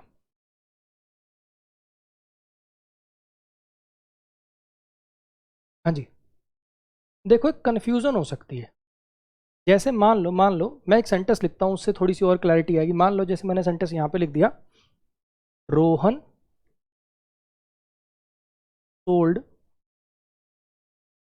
हिज हाउस, रोहन ने अपना घर बेच दिया था, रोहन सोल्ड हिज हाउस, ठीक। अब रोहन सब्जेक्ट हो गया, पार्ट्स ऑफ स्पीच नाउन हो गया, टाइप इसकी प्रॉपर हो गया, आपको पता ही है, सोल्ड वर्ब हो गया, और हाउस क्या हो गया, ऑब्जेक्ट हो गया, ठीक। पार्ट्स ऑफ स्पीच नाउन हो गया, टाइप कॉमन हो गया, वो सब आपको पता ही। अब यहाँ पे कुछ बच्चे ऐसा दिमाग लगा सकते हैं, कुछ बच्चे ये सोच सकते हैं कि सर ये हिज आया रोहन के लिए, रोहन ने उसका घर बेच दिया, रोहन ने उसका घर बेच दिया, तो हिज आया सर रोहन के लिए। आपने बोला था जो नाउन के लिए आता है, जो नाउन के लिए आता है वो प्रोनाउन होता है, तो काफियों का मन कर सकता है इसको प्रोनाउन लिखने का, काफियों का मन कर सकता है इसको प्रोनाउन लिखने का, अरे हाँ कि ना। लेकिन एक छोटी सी बात सोच के देखा, अगर ये प्रोनाउन होता तो प्रोनाउन तो नाउन वाले काम करता है, यानी सब्जेक्ट ऑब्जेक्ट बनता है, ये सब्जेक्ट रहा, ये ऑब्जेक्ट रहा, ये तो सब्जेक्ट ऑब्जेक्ट बन नहीं रहा। और अगर ये प्रोनाउन होता, प्रोनाउन नाउन की जगह पर आता है, प्रोनाउन नाउन की जगह पर आकर सब्जेक्ट ऑब्जेक्ट बनने का काम करता है, ये तो इसके साथ लगा हुआ है, इस पर पोजेशन बना रहा है, रोहन ने उसका घर बेच दिया, तो बच्चे ये प्रोनाउन नहीं होगा, ये कोई प्रोनाउन नहीं है, यह एक पॉजेसिव एडजेक्टिव। क्लियर हुआ। तो यही बात मैं आपको यहां से बताने की कोशिश कर रहा हूं। ऐसे मत सोचना कि मैंने ये फ्लावर अपनी बीवी के लिए खरीदे, तो मैंने सर कोई पर्सन होगा ना, उसके लिए आपने ये लगाया है ना, तो इसको सर मैं प्रोनाउन लिख दूं क्या, नहीं। अगर ये प्रोनाउन होता तो नाउन के साथ ना आया होता। समझो, जो नाउन के साथ आकर उस पर पोजेशन बनाते हैं वो पॉजेसिव एडजेक्टिव हैं, प्रोनाउन नहीं। क्लियर हो गया? इस पे आ जाइए। Shilpa gave me some books, sorry, Shilpa gave some books to her friend. Shilpa ने अपने दोस्त को कुछ किताबें दी थी। गिव गेव गिवन क्या बन गया? वर्ब बन गया। शिल्पा क्या हो गया? सब्जेक्ट हो गया, पार्ट्स ऑफ स्पीच नाउन हो गया, टाइप इसकी प्रॉपर हो गया। अच्छा, शिल्पा ने क्या दिया? बुक्स दी, तो ये ऑब्जेक्ट हो गया, पार्ट्स ऑफ स्पीच नाउन हो गया, टाइप इसका कॉमन हो गया। क्लियर है? हर बुक को बुक ही कहते हैं। शिल्पा ने कुछ किताबें दी, तो ये क्या बना? ये क्वांटिटेटिव एडजेक्टिव बना। क्या बना? क्वांटिटेटिव एडजेक्टिव, किसी चीज की क्वांटिटी बता दी। टू फिर से वही प्रीपोजिशन, प्रीपोजिशन के बाद आने वाला नाउन या प्रोनाउन, प्रीपोजिशन का object, parts of speech noun, type इसकी प्रॉपर, सॉरी कॉमन।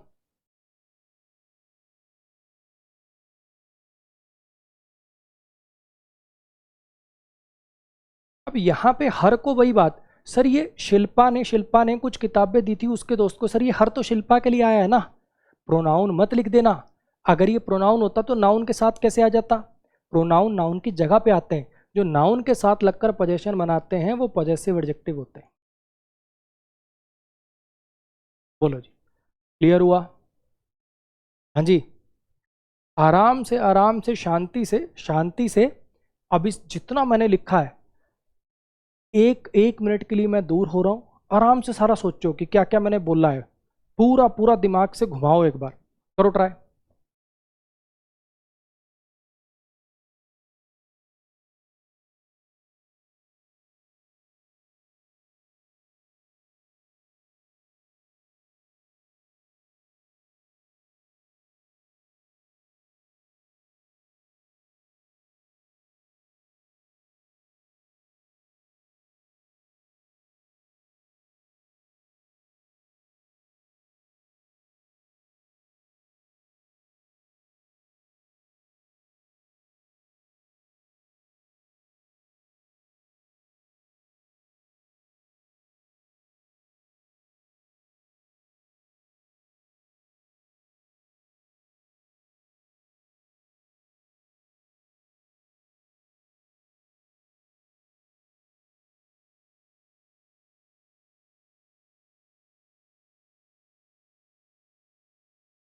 चलो जी, फिर से एक बार दोबारा बोल देता हूँ, इधर देखो।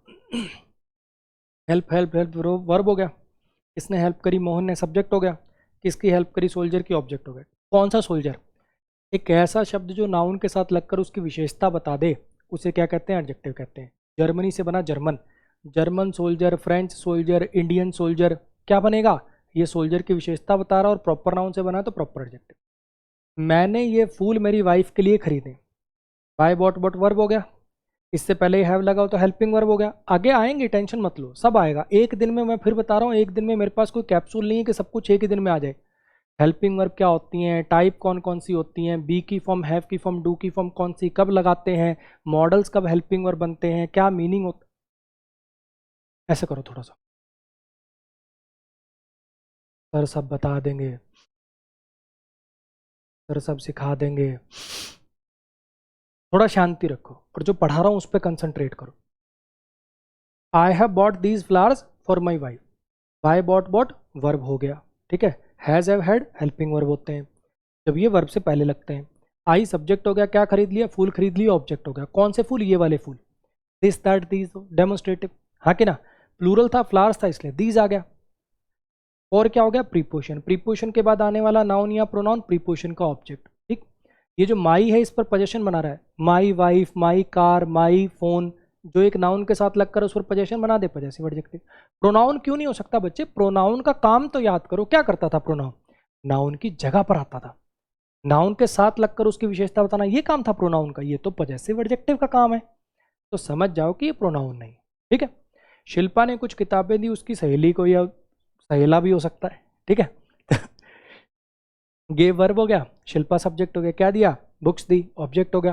कितनी किताबें दी? सम, क्वांटिटेटिव एडजेक्टिव आ गया। टू प्रीपोजिशन है, फ्रेंड इज प्रीपोजिशन का ऑब्जेक्ट। अब ये हर प्रोनाउन नहीं हो सकता, सोच, ये तो नाउन के साथ लगाओ, जो नाउन के साथ लगकर उस पर पोजेशन बनाए, बच्चों पॉजेसिव एडजेक्टिव है, प्रोनाउन नहीं। चलो, अब ये नेक्स्ट 3 सेंटेंसेज हैं, इनको करिए जरा। फिर से वही 3-4 मिनट का टाइम, आराम से कॉपी पे लिखो। सीखना है, रटना नहीं है। बहुत रट ली अंग्रेजी, सीखना है, ठीक है। और बढ़िया सीखोगे, और गजब का सीखोगे जब ये पूरा बेसिक कवर होगा ना, तो जो क्विज आएगी आप उसके क्वेश्चंस देखना और उसकी एक्सप्लेनेशन देखना। जब आप उसके क्वेश्चन छटे हुए और उसकी एक्सप्लेनेशन देखोगे, आपको समझ में आ जाएगा कि ये क्विज किसी स्टाफ बटाप ने नहीं बनाई, ये मैंने खुद बनाई है।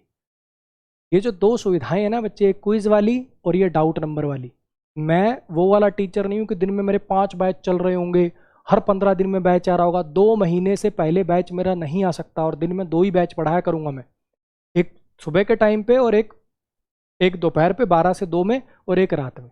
2 महीने से पहले आपको मेरा कोई नया बैच सुनने को नहीं मिलेगा। मैं वो वाला टीचर नहीं हूँ कि एक चैप्टर पढ़ाया और कह दिया लो नया बैच, फिर चैप्टर पढ़ाया कह दिया नया बैच। बेसिक से यहाँ से जड़ से शुरुआत होगी। वो होता ना आयुर्वेदिक इलाज, जड़ से बीमारी खत्म, वैसे। तो ये डाउट नंबर की सुविधा देना, कि एक बार यार टीचर का काम ये थोड़ी कि पढ़ा के निकल गए, उस बच्चे को आपको तैयार करना है, उस बच्चे को आपको और चीज़ें दे के ऐसा पुश करना है कि वो तैयारी में लगा रहे। और जिसने आपका कोर्स लिया है वो डाउट पूछने के लिए कहीं और थोड़ी जाएगा यार, किसी और के पास थोड़ी जाएगा कि अच्छा कोर्स मेरा कर रहे हो, डाउट कहीं और पूछ रहे हो। इन्हीं सब चीज़ों के लिए मैं अपने दिन के 4 से 5 घंटे अलग से लगाता हूँ। क्लास में दिन में मैक्सिमम टू मैक्सिमम 4 ही घंटे लेता हूँ। जो बाकी के 5 घंटे हैं वो इन्हीं चीज़ों को डिवोट करता हूँ, ताकि जिन्होंने मेरे से एक बार कोर्स किया उनको बार बार धक्के ना खाने पड़े। आओ करो इसको जल्दी से।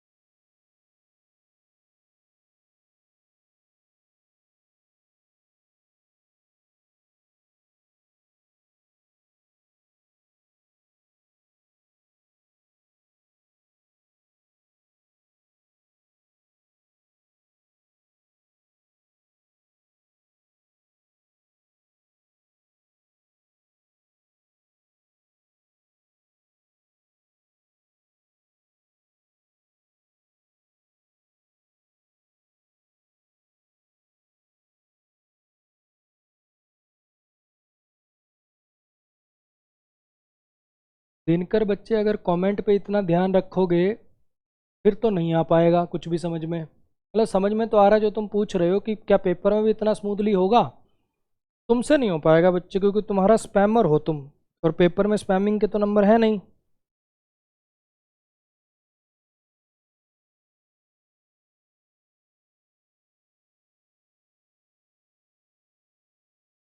करो भाई, बाकी करो इसको, खाली मत बैठो, दिमाग चलाओ, पेन चलाओ।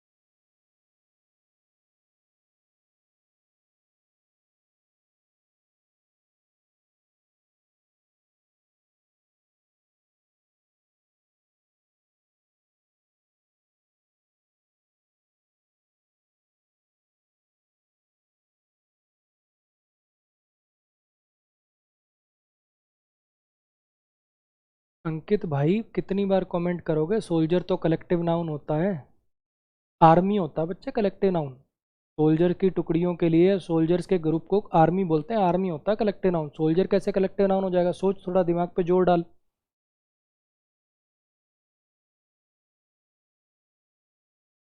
अगर सोल्जर कलेक्टिव नाउन है तो थोड़ा बताएगा किस चीज़ का कलेक्शन है सोल्जर? जैसे टीम प्लेयर्स का कलेक्शन होता है, जूरी जजेस का कलेक्शन होता है, गैंग क्रिमिनल्स का कलेक्शन होता है, सोल्जर किस चीज़ का कलेक्शन होता है, थोड़ा बताएगा?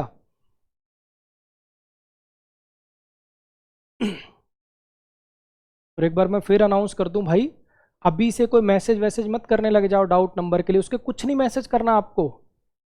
कहीं ये जो नीचे पट्टी पे नंबर चल रहा है इस पर दागे जा रहे हैं सर का डाउट नंबर दो, डाउट नंबर दो, कोई मैसेज वैसेज कुछ नहीं करना है। मेरे पास आप सबका डेटा है, अपने आप मेरी साइड से मैसेज आएगा आपके पास कि ये अमन सर का डाउट नंबर है, इसको सेव कर लो ताकि आप ब्रॉडकास्ट लिस्ट में ऐड हो सको। आपको कुछ नहीं करना है, 7 दिन बाद आपके पास ऑटोमेटिकली मैसेज आ जाएगा। और जिन बच्चों का ऐप में जो नंबर दिया है उसके अलावा कोई नंबर पे व्हाट्सएप चलाते हैं, आप लोगों को भी लोड नहीं लेना है। 7 दिन बाद मैं बताऊंगा कि भैया हाँ आज मैसेज कर लेना आप चेंज वेंज कराने के लिए। अभी से मत मैसेज करो, अभी से मत मैसेज करो, अभी खाली सुनो, अभी खाली सुनो। आओ करते हैं भाई इसको। सेल सोल्ड, सोल्ड क्या बन गया, वर्ब बन गया। ठीक है, किसने बेच दिया, कमल ने, कोमल ने बेच दिया। Subject parts of speech noun type इसकी प्रॉपर। क्या बेच दिया, किताबें बेच दी। ऑब्जेक्ट हो गया parts of speech noun type इसकी कॉमन। ठीक है, कोमल ने बेच दिया था, कोमल ने बेच दी थी वो सारी किताबें, कोमल ने वो सारी किताबें बेच दी थी 2 घंटे में, कोमल ने वो सारी किताबें बेच दी थी 2 घंटे में। अब ये जो सारी है और वो है, ये दोनों के दोनों वर्ड आए हैं बुक्स के लिए। ये जो दोज है ये डेमोन्स्ट्रेटिव एडजेक्टिव है। वो किताबें, वो घर, वो लड़की, डेमोन्स्ट्रेट करना। और कितनी किताबें, सारी किताबें, ये वर्ड भी बुक्स के लिए आया है। तो ये है क्वांटिटेटिव एडजेक्टिव। क्या सर एक से ज़्यादा एडजेक्टिव भी लग सकते हैं एक नाउन? बिल्कुल लग सकते हैं यार, दोनों का अलग अलग काम है। ये क्वांटिटी बताने के लिए आया, ये डेमोन्स्ट्रेट करने के लिए आया। क्या एक से ज़्यादा एडजेक्टिव लग सकते हैं? भाई बिल्कुल लग सकते हैं, बिल्कुल लग सकते हैं। क्लियर हुआ? इन क्या हो गया, प्रीपोजिशन हो गया। प्रीपोजिशन के बाद आने वाले नाउन या प्रोनाउन क्या हो गए, प्रीपोजिशन के ऑब्जेक्ट हो गए। हाँ क्या ना, प्रीपोजिशन के बाद आने वाले नाउन या प्रोनाउन क्या हो गए, प्रीपोजिशन के ऑब्जेक्ट हो गए। अच्छा, आर्स का पार्ट्स ऑफ स्पीच क्या बनेगा, इसको कलेक्टिव कह सकते हैं। 60 मिनट के कलेक्शन को ही तो आर कहते हैं, तो इसको आप कलेक्शन कह सकते हो। ठीक है, 60 मिनट का कलेक्शन क्या हो गया, आर हो गया। ठीक, अच्छा 2 क्या हो गया, इसका नंबर बताने वाला, कितने आर, जैसे 2 बॉयज़ 3 बॉयज़ 4 बॉयज़, ये क्या बन गया, इसको आप कह सकते हो क्वांटिटेटिव की सब टाइप, न्यूमरल की सब टाइप, कार्डिनल कह सकता हूँ। थोड़ी राइटिंग साफ कर देता हूँ।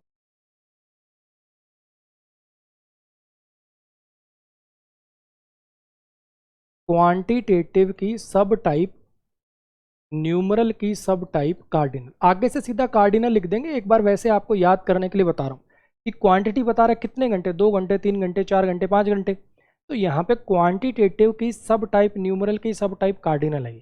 आगे से अपन सीधा कार्डिनल लिख लिया। क्लियर हो गया? तो इस सेंटेंस से मैंने आपको बताने समझाने की कोशिश ये करी है कि क्या एक ही नाउन के लिए 2 एडजेक्टिव लग सकते हैं? बिल्कुल लग सकते हैं। काफ़ी बच्चे कह रहे होंगे सर आपने अभी पढ़ाया तो नहीं है लेकिन आपने लिखा था कि एडजेक्टिव के लिए एडवर्ब आती है ना, तो इस ऑल को मैं एडवर्ब नहीं मान सकता। एक बात बता, तू बुक्स को हटा दे, बुक्स को हटा एक बार, ऑल की कोई इज्जत बचेगी? खुद सोच, थोड़ा दिमाग पे जोड़ डाल, ऑल का लेना देना दोज से है कि ऑल का लेना देना बुक से? सोच एक बार थोड़ा।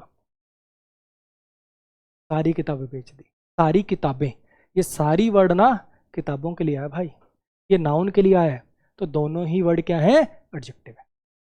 क्लियर? नेक्स्ट भाई, वी क्या हो गया, सब्जेक्ट हो गया।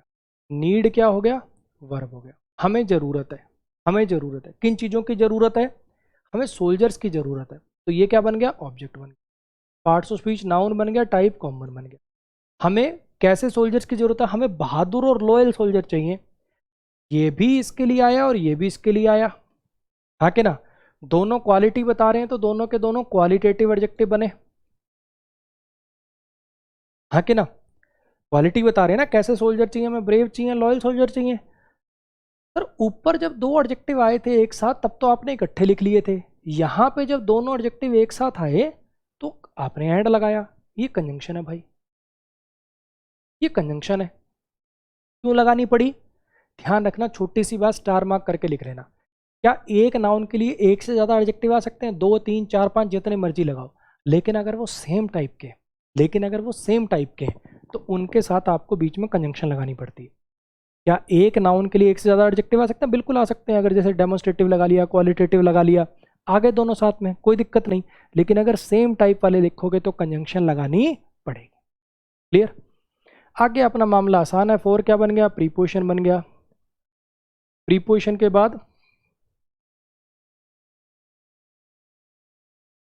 प्रीपोजिशन के बाद आने वाला नाउन या प्रोनाउन प्रीपोजिशन का ऑब्जेक्ट बन गया।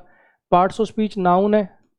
टाइप आप इसको कलेक्शन भी कह सकते हो, स्टेट्स का कलेक्शन भी कह सकते हो, और ऐसे भी सोच सकते हो हर कंट्री को कंट्री कहते हैं, तो आप कॉमन भी कह सकते हो, कलेक्टिव भी कह सकते हो। ज़्यादा लोग आप इसको कॉमन कहते हुए नजर आएंगे आपको। कॉमन भी कह सकते हो और कलेक्टिव भी कह सकते हो, दोनों टाइप से इसको डिफाइन किया जा सकता है। आप इसको कॉमन भी कह सकते हो और कलेक्टिव भी कह सकते हो। ज़्यादा लोग इसको कॉमन बोलना प्रेफर करेंगे, हर कंट्री को कंट्री बोलते हैं वैसे वाले सेंस में। आर ने क्या किया? इस पर पोजेशन बना दिया। हमारा देश जो एक नाउन के साथ लगकर उस पर पोजेशन बना दे उसको क्या कहते हैं? Possessive adjective. क्लियर हो गया? नेक्स्ट सेंटेंस पर आ जाइए। नेक्स्ट सेंटेंस पर आ जाइए। स्कोर, स्कोर्ड, स्कोर्ड क्या बन गया? वर्ब बन गया। किसने स्कोर किया? तो सचिन ने। तो क्या बन गया? ये सब्जेक्ट बन गया। पार्ट्स ऑफ स्पीच नाउन बन गया, टाइप प्रॉपर बन गया। सचिन ने क्या स्कोर कर दिया? सेंचुरी मार दी भैया। तो सेंचुरी क्या बन गया? ऑब्जेक्ट बन गया। पार्ट्स ऑफ स्पीच नाउन बन गया, टाइप इसकी कलेक्टिव बन गया। 100 रनों के कलेक्शन को सेंचुरी कहते हैं। अच्छा, अब ये दोनों देखो, फिर यहाँ पे तुम हिज को एडवर्ब बनाने की कोशिश करोगे, लेकिन थोड़ा सोचो, थोड़ा दिमाग लगाओ।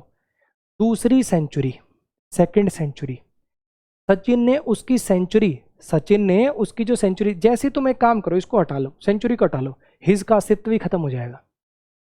हिज बच्चे सेकंड के लिए नहीं आया, हिज पोजेशन है सेंचुरी पे, सचिन ने उसकी दूसरी सेंचुरी। इसको एक छोटे से तरीके से आपको और बताता हूँ। एक काम करो, इस चीज का आपको एक इलाज बताता हूँ, जो थोड़ा कंफ्यूजन है ना। एक काम करो, यहाँ से दोज हटा देते हैं। तुम यही कहना चाह रहे थे ना सर, ये दोज एडवर्ब नहीं माना जाएगा, किसके लिए? दोज हटा दो, देखो हटा लो दोज। ऑल बुक्स हो गया? ऑल बुक्स हो गया? तो ऑल इसके लिए आ रहा है, हाँ के ना? ऐसे तुम एक काम करो, यहाँ पे तुम्हें लग रहा होगा ये सेकंड के लिए है, सेकंड को उड़ा दो बीच में से, हटा लो सेकंड को। क्या हिज इसके लिए आ रहा है? समझ में आ रहा है? चेक कर लिया आपने? अगर ये एडवर्ब होता, अगर ये एडवर्ब होता तो नाउन के लिए तो आ ही ना पाता इसका, तो फिर सेंटेंस गलत लगने लगता। लेकिन इसको हटाने के बाद भी, इसको हटाने के बाद भी हिज सही लग रहा है, तो समझ जाओ कि हिज जो है सेंचुरी के लिए है। क्लियर है? तो ये सेकंड क्या बन गया? क्वांटिटेटिव की सब टाइप, न्यूमरल की सब टाइप, ऑर्डिनल, जो ऑर्डर बताए, क्रम बताए। ठीक है, ये ऑर्डिनल हो गया। हिज क्या बन गया? जो पोजेशन बना दे, पोजेसिव एडजेक्टिव। ये दोनों शब्द सेंचुरी के लिए आए हैं। सेकंड भी सेंचुरी के लिए आया और ये हिज भी सेंचुरी के लिए ही आया है। क्लियर? इन आपका प्रीपोजिशन हो गया। टूर्नामेंट आपका प्रीपोजिशन का ऑब्जेक्ट हो गया। टूर्नामेंट का पार्ट्स ऑफ स्पीच नाउन है, टाइप इसको आप कलेक्टिव भी लिख सकते हो, कॉमन भी लिख सकते हो। इसको कलेक्टिव ज़्यादा लिखेंगे, मैचेस के कलेक्शन को टूर्नामेंट कहते हैं। कॉमन भी लिख सकते हो कि हर टूर्नामेंट को टूर्नामेंट बोलते हैं, लेकिन ज़्यादा लोग आप इसको कलेक्टिव बोलते हुए नजर आएंगे। कौन सा टूर्नामेंट? वो वाला टूर्नामेंट, सचिन ने अपना दूसरा शतक बनाया था उस वाले टूर्नामेंट में। जो एक नाउन के साथ लगकर उसको डेमोन्स्ट्रेट कर दे, ये हो जाएगा जी आपका डेमोन्स्ट्रेटिव एडजेक्टिव। क्लियर हो गया? फिर से वही ड्रिल, 30 सेकंड के लिए, 30 सेकंड के लिए जो जो मैंने बताया एक बार सोचेंगे, फिर मैं इसको दोबारा बोल दूंगा, काम हो जाएगा अपना। इसी का नाम इंग्लिश है। अगर जैसा मैंने आपको कल की क्लास में बोला था, 95% रूल्स के आपको लॉजिक मिल जाएंगे, रटना नहीं पड़ेगा, लेकिन इस बेसिक के दरिया से होके गुजरना पड़ेगा। ठीक, करो देखो एक बार, 30 सेकंड के लिए सारा दिमाग से निकालो वापस।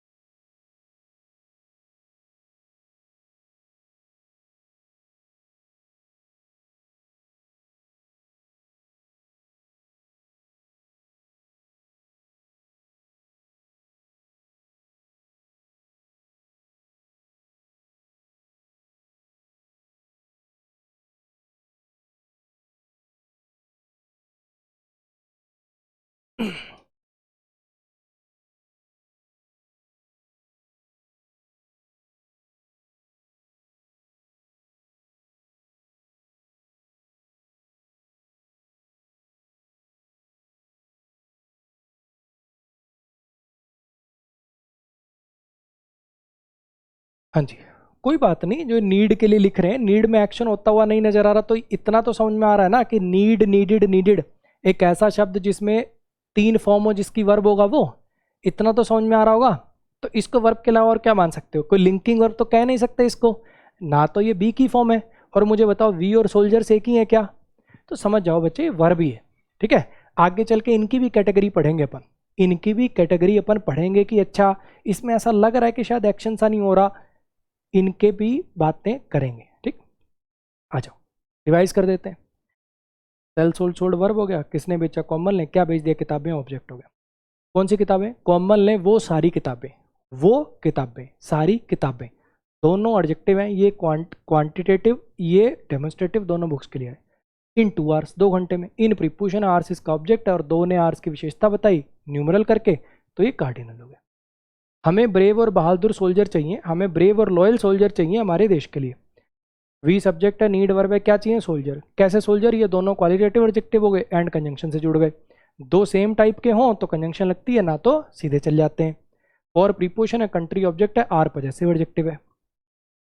सचिन ने उसकी दूसरी सेंचुरी बनाई थी उस टूर्नामेंट में। कोर वर्ब हो गया, किसने बनाई? सचिन ने। क्या बनाया? सेंचुरी।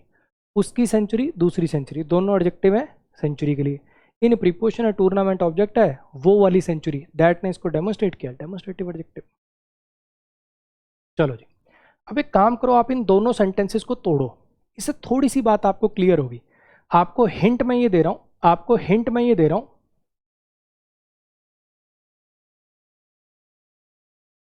कि कुछ वर्ड ऐसे होते हैं, कुछ वर्ड ऐसे होते हैं जो दोनों हो सकते हैं।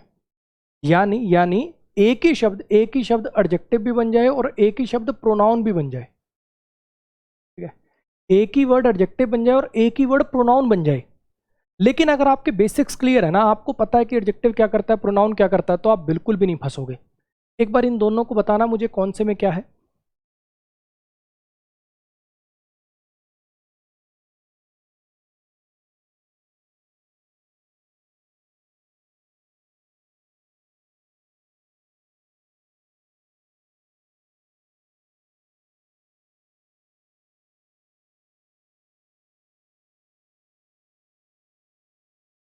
आ जाओ।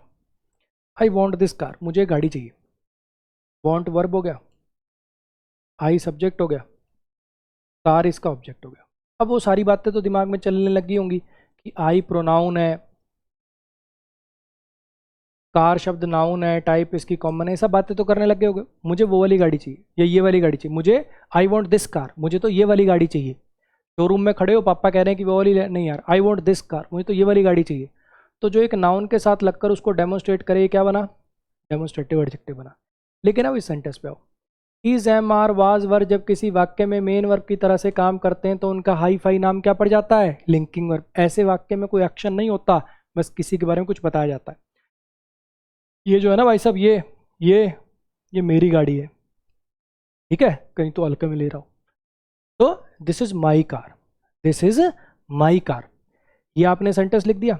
तो यहाँ पे अब देखो ये दिस क्या कर रहा है। अब ये दिस एडजेक्टिव हो सकता है क्या? सोचो, अगर ये दिस एडजेक्टिव होता तो इसके साथ नाउन होता ना, this boy, this girl, this chair होता है इसके साथ। तो यहाँ तो ये खुद ही सब्जेक्ट बन रहा है, वर्ब से पहले आया हुआ ये सब्जेक्ट है। इस बार ये जी प्रोनाउन है। पढ़ाऊंगा आपको प्रोनाउन चैप्टर में, पढ़ाऊंगा प्रोनाउन चैप्टर में, इसको बोलते हैं डेमोन्स्ट्रेटिव प्रोनाउन। ये demonstrative adjective, same word, same spelling, same pronunciation, but काम अलग, इसको बोलेंगे डेमोन्स्ट्रेटिव प्रोनाउन। डिटेल में और आगे आएगा, डिटेल में और आगे आएगा। ये खाली आपको एक ट्रेलर दिया है कि अगर बेसिक्स क्लियर हो तो हम फंसेंगे नहीं। हमारे दिमाग में अगर बेसिक क्लियर है कि एडजेक्टिव का काम होता है कि नाउन के साथ लगकर उसकी विशेषता बताना, अगर ये नाउन के साथ आ रहा है तो इसका मतलब ये एडजेक्टिव है, और ये खुद सब्जेक्ट बन रहा है तो इसका मतलब ये प्रोनाउन है। क्लियर हुआ? ये कार क्या बन जाएगा? नाउन है, टाइप कॉमन है, और काम क्या कर रहा है ये? सब्जेक्ट कॉम्प्लीमेंट बनना। और ये माई ने क्या किया? गाड़ी के साथ लगकर उस पर पोजेशन, पोजेसिव एडजेक्टिव। बोलो जी, समझ में आया? हाँ जी, सेम बात, जो सेम बात मैंने अभी दिस के लिए बोली है ना, ये जो वर्ड है ना, दिस, दैट, दीज, दोज, ये जो वर्ड है दिस, दैट, दीज, दोज। ये डेमोन्स्ट्रेटिव प्रोनाउन भी हो सकते हैं और एडजेक्टिव भी हो सकते हैं, दोनों काम कर सकते हैं। अब आप मुझे जरा देख के बताओ, ये वाला अगर आपको रोहन्स का मतलब क्या वो नहीं समझ में आए तो कोई बात नहीं, आप जरा चेक करके बताओ, ये दो जगह दीज आ रहा है, ठीक है, चेक करके बताओ ये दो जगह दीज आ रहा है, कहाँ पे क्या काम कर रहा है, करना चेक एक बार जरा, आराम से सोच लो।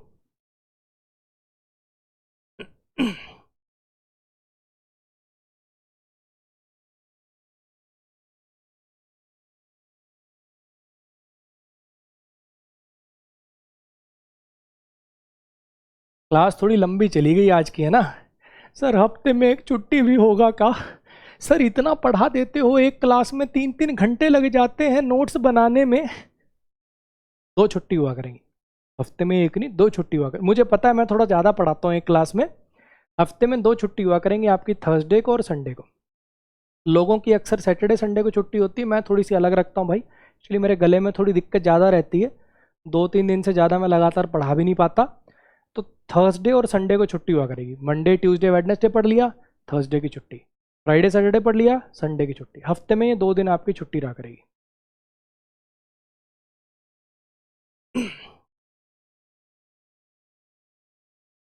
आओ सिंपल सी बात है, मोहन क्या बन गया? सब्जेक्ट बन गया, पार्ट्स ऑफ स्पीच नाउन बन गया, टाइप इसकी प्रॉपर बन गया। हैज़ क्या बना? हेल्पिंग वर्ब बना। सेंट क्या बना? मेन वर्ब बना। क्या भेज दिया? गिफ्ट भेज दिया, ऑब्जेक्ट बन गया, पार्ट्स ऑफ स्पीच नाउन बन गया, टाइप कॉमन बन गया। और क्या बना? प्रीपोजिशन बना, प्रीपोजिशन के बाद आने वाला नाउन प्रोनाउन प्रीपोजिशन का ऑब्जेक्ट बना। ईजी है। अब ये दीज क्या कर रहा है? ये गिफ्ट के साथ लगकर उसको डेमोन्स्ट्रेट कर रहा है, हाँ के ना? मोहन ने भेजे हैं ये वाले गिफ्ट तुम्हारे लिए, मोहन ने भेजे हैं ये वाले गिफ्ट तुम्हारे लिए, जो एक नाउन के साथ लगकर उसको डेमोन्स्ट्रेट करे, डेमोन्स्ट्रेटिव एडजेक्टिव हो गया। लेकिन इस बार ध्यान से देखिए, is am are was verb जब किसी वाक्य में मेन वर्ब की तरह से काम कर दे तो उसका हाई फाई नाम पड़ जाता है लिंकिंग वर्ब। अब ये दीज के साथ कोई नाउन तो है नहीं, these boy, these girls, these chair, ऐसा तो है नहीं, तो यानी ये क्या बन रहा? ये बन रहा आपका सब्जेक्ट यानी प्रोनाउन, ये है आपका डेमोन्स्ट्रेटिव प्रोनाउन। इतनी बात क्लियर हुई? अब आओ इस पे, इसकी बात करते हैं। पहले फ्रेंड्स को समझ लो, ये रोहन के दोस्त हैं। ये जो वर्ड है, ये जो वर्ड है दीज, ये रोहन के लिए आया कि दोस्तों के लिए आया? ये वाले जो ये जो खड़े हैं ना, ये रोहन के दोस्त हैं। ये दीज वर्ड रोहन के लिए आया कि फ्रेंड्स के लिए आया? ऑब्वियस बात है फ्रेंड्स के लिए आया, दीज प्लूरल है, इसके लिए आया। तो ये बनेगा आपका subject complement, parts of speech noun, type common. ये रोहन क्या है? तो रोहन किसी व्यक्ति का नाम है, पार्ट्स ऑफ स्पीच तो नाउन लग रहा है, लेकिन आपने कहा था नाउन तो सब्जेक्ट ऑब्जेक्ट बनते हैं, सब्जेक्ट ये रहा, ऑब्जेक्ट ये रहा, और सर आपने ये भी बोला था दो नाउन एक साथ कैसे आ सकते हैं? जैसे नाउन के साथ प्रोनाउन नहीं लगा रहे, दो नाउन कैसे लिख दिए? बच्चे नॉर्मल नाउन नहीं है, इसको बोलते हैं पजेसिव केस ऑफ नाउन। एक ऐसा नाउन जो पजेसिव वर्जन में लिख दिया आपने, एक ऐसा नाउन जो किसी पर पजेशन बनाने के वर्जन में लिख दिया आपने। जब भी किसी नाउन पर ही अपोस्ट्रोफी एस लग जाए, रोहन्स, कुणाल्स, शिल्पाज, जब भी किसी नाउन पर ही अपोस्ट्रोफी एस लग जाए तो समझ जाना फिर आप इसको कहोगे पजेसिव केस ऑफ नाउन, और ये काम आएगा किसी दूसरी चीज पर पजेशन बनाने के, इसको बोलते हैं पजेसिव केस ऑफ नाउन। ध्यान रखना, पजेसिव केस जो होते हैं नाउन के, ये खुद कोई सब्जेक्ट ऑब्जेक्ट नहीं बनते, किसी दूसरे नाउन पर पजेशन बनाने के लिए आते हैं। इसी भाषा में कहना मत, लेकिन मन में समझ लो कि ये कुछ कुछ एडजेक्टिव जैसा काम कर रहा है। इसका नाम दुनिया को दिखाने के लिए पजेसिव केस ऑफ नाउन है, लेकिन आप समझने के लिए समझ सकते हो कि ये पजेसिव एडजेक्टिव जैसा काम कर रहा है। समझने के लिए कहना तो आपको यही है, लेकिन ये है समझने के लिए। समझने के लिए लो मैं लिख देता हूं, सिर्फ समझ के लिए, समझने, अरे यार, समझ के लिए। कहना आप इसको पजेसिव केस ऑफ नाउन ही, कहना आप इसको पजेसिव केस ऑफ नाउन ही, लेकिन ये समझने के लिए कह सकते हो कि जैसे नाउन के साथ पजेशन नहीं बनाता था, माई car your car, my friends your friends, ऐसे राहुल्स फ्रेंड्स। क्लियर हुआ? एक बार ये सारी बातें एक बार दोबारा इस पे और लगा दो, इजी है। बस ये लास्ट स्लाइड है, क्लास आज की आपकी यहाँ खत्म होगी, जल्दी से कर दो। आई विजिटेड रोहन्स हाउस और राज स्टोल पुलकित्स। स्टोल वर्ब हो गया, राज सब्जेक्ट हो गया, कार ऑब्जेक्ट हो गया, ठीक है। राज ने चोरी कर ली थी पुलकित की गाड़ी। अब देखो ये क्या कर रहा है, ये दो नाउन साथ में कैसे आ गए यार, ये वो असली वाला नाउन है ही नहीं, वो वाला थोड़ी जो सब्जेक्ट ऑब्जेक्ट बनता है, ये अलग वर्जन लिखो। अपोस्ट्रोफी एस लगते ही समझ जाओ कि ये सब्जेक्ट ऑब्जेक्ट नहीं बनेगा। क्लियर है इतनी बात? इसको बोलते हैं पजेसिव केस ऑफ नाउन। ये नाउन का पजेसिव वर्जन है, पजेसिव केस ऑफ नाउन। समझने के लिए आप अपने दिल में इसको पजेसिव एडजेक्टिव कह सकते हो, समझने के लिए, लिखना नहीं है, समझने के लिए। ठीक है, ऐसे यहाँ पे क्या हो जाएगा, हैव हेल्पिंग वर्ब हो जाएगा, विजिटेड मेन वर्ब हो जाएगा, आई सब्जेक्ट हो जाएगा, और ये रोहन क्या हो गया, सॉरी हाउस क्या हो गया, ऑब्जेक्ट हो गया, और ये रोहन्स क्या हो गया, फिर से वही पजेसिव केस ऑफ नाउन। इतनी सी बात है। क्लियर हो गया? अब एक ये बच्चा इसमें कह रहा है कि सर ये गिफ्ट के साथ दोज क्यों नहीं यूज हो रहा, डिपेंड करता ना बोलने वाले पे। मेरे सामने गिफ्ट पड़े हैं तो ये वाले गिफ्ट, वो जो गिफ्ट थे ना, वो जो गिफ्ट थे वो मोहन ने भेजे थे, वो वाले गिफ्ट कहना तो दोस्त कह ले, वो तो बोलने वाले पे डिपेंड है ना भाई। क्लियर हो गया? उम्मीद करता हूं कि लेक्चर एक बार जल्दी से घुमा दूं क्या सारा, आओ। ऐसे लग रहा है बहुत ज़्यादा पढ़ लिया, लेकिन कुछ ज़्यादा पढ़ा नहीं है। आज मैंने एक टॉपिक पढ़ाया आपको सब्जेक्ट कॉम्प्लीमेंट, ठीक है, उसके लिए मैंने आपको दो चार बातें बताई। Is, am, are, was verb किसी सेंटेंस में मेन वर्ब का काम कर दें तो उसमें कोई एक्शन नहीं होता, इनको लिंकिंग वर्ब कहते हैं क्योंकि ये सिर्फ सब्जेक्ट को कॉम्प्लीमेंट से लिंक करती हैं। यहाँ पे मैंने आपको पढ़ाया नाउन का चौथा काम आज का सब्जेक्ट कॉम्प्लीमेंट बनना, वो पढ़ाया था मैंने आपको आज यहाँ पे। ठीक है, फिर मैंने आपको एडजेक्टिव का थोड़ा सा हल्का बेसिक दिया, एडजेक्टिव की टाइप बताई, जो क्वालिटी बता दे क्वालिटेटिव, क्वांटिटी बता दे क्वांटिटेटिव, पोजेशन बना दे पजेसिव, दर्शा दे डेमोन्स्ट्रेटिव, नंबर दिखा दे न्यूमरल, और जो प्रॉपर नाउन से बना हो प्रॉपर एडजेक्टिव। फिर मैंने इसको तुड़वाया आपको एक एक सेंटेंस को कि अच्छा पहचानना सीखो कि जर्मन अच्छा प्रॉपर नाउन हो गया, प्रॉपर एडजेक्टिव हो गया, ये हो गया। आज की क्लास में ऐसा कुछ बहुत ज़्यादा थ्योरी कंटेंट नहीं है, खाली प्रैक्टिस है कि जो हमने चीज़ें देखी उसको लगाने का आज अपनी क्लास थी। उम्मीद करता हूँ कि लेक्चर में मज़ा आया होगा। अब से अप्रॉक्स 90 मिनट के बाद ये रिकॉर्डेड वीडियो आपके ग्रामर वाले फोल्डर के अंदर शिफ्ट हो जाएगी, साथ में दोनों टाइप की पीडीएफ भी, एनोटेशन वाली विदाउट एनोटेशन वाली, वो भी आ जाएंगी। और फिर बच्चे बोल रहा हूँ कि ये जो नंबर है इस पर अभी डाउट आउट नंबर के लिए और उन चीज़ों के लिए मैसेज मत करने शुरू कर देना। 7 दिन बाद आपके पास अपने आप मेरी तरफ से मैसेज आएगा, उसी नंबर को आपको सेव कर लेना है बस। ठीक है, आगे से बात उसी नंबर पे होगी। पूरा डेटा अब मेरे पास है ना, उसी चेक होके होगा, और किसी को चेंज भी करना तो उसका प्रोसेस मैं बताऊंगा आपको। अभी के लिए प्लीज़ कोई मैसेज वगैरह मत करिएगा। उम्मीद करता हूं कि जिस भरोसे से आपने कोर्स लिया था वो भरोसा आपका पूरा हो रहा होगा। क्वालिटी कंटेंट मेरी साइड से मिलेगा, डाउट सॉल्विंग मेरी साइड से मिलेगी, साथ में जो क्विज वाली बात बोली कि बच्चा जो है ना, ये कॉन्सेप्ट उसने सीख तो लिए लेकिन वो कॉन्सेप्ट क्या अलग सेंटेंस पे लगा पाएगा, इस चीज़ को भी तो टेस्ट करना है। तो हर 3-4 क्लास के बाद एक क्विज अपलोड हुआ करेगी आपकी ऐप पे, उस क्विज को आप अटेम्प्ट करोगे, उसकी एक्सप्लेनेशंस देखोगे, और उसमें जो एक टफ क्वेश्चन होंगे वो मैं नेक्स्ट क्लास के अंदर डिस्कस भी किया करूँगा।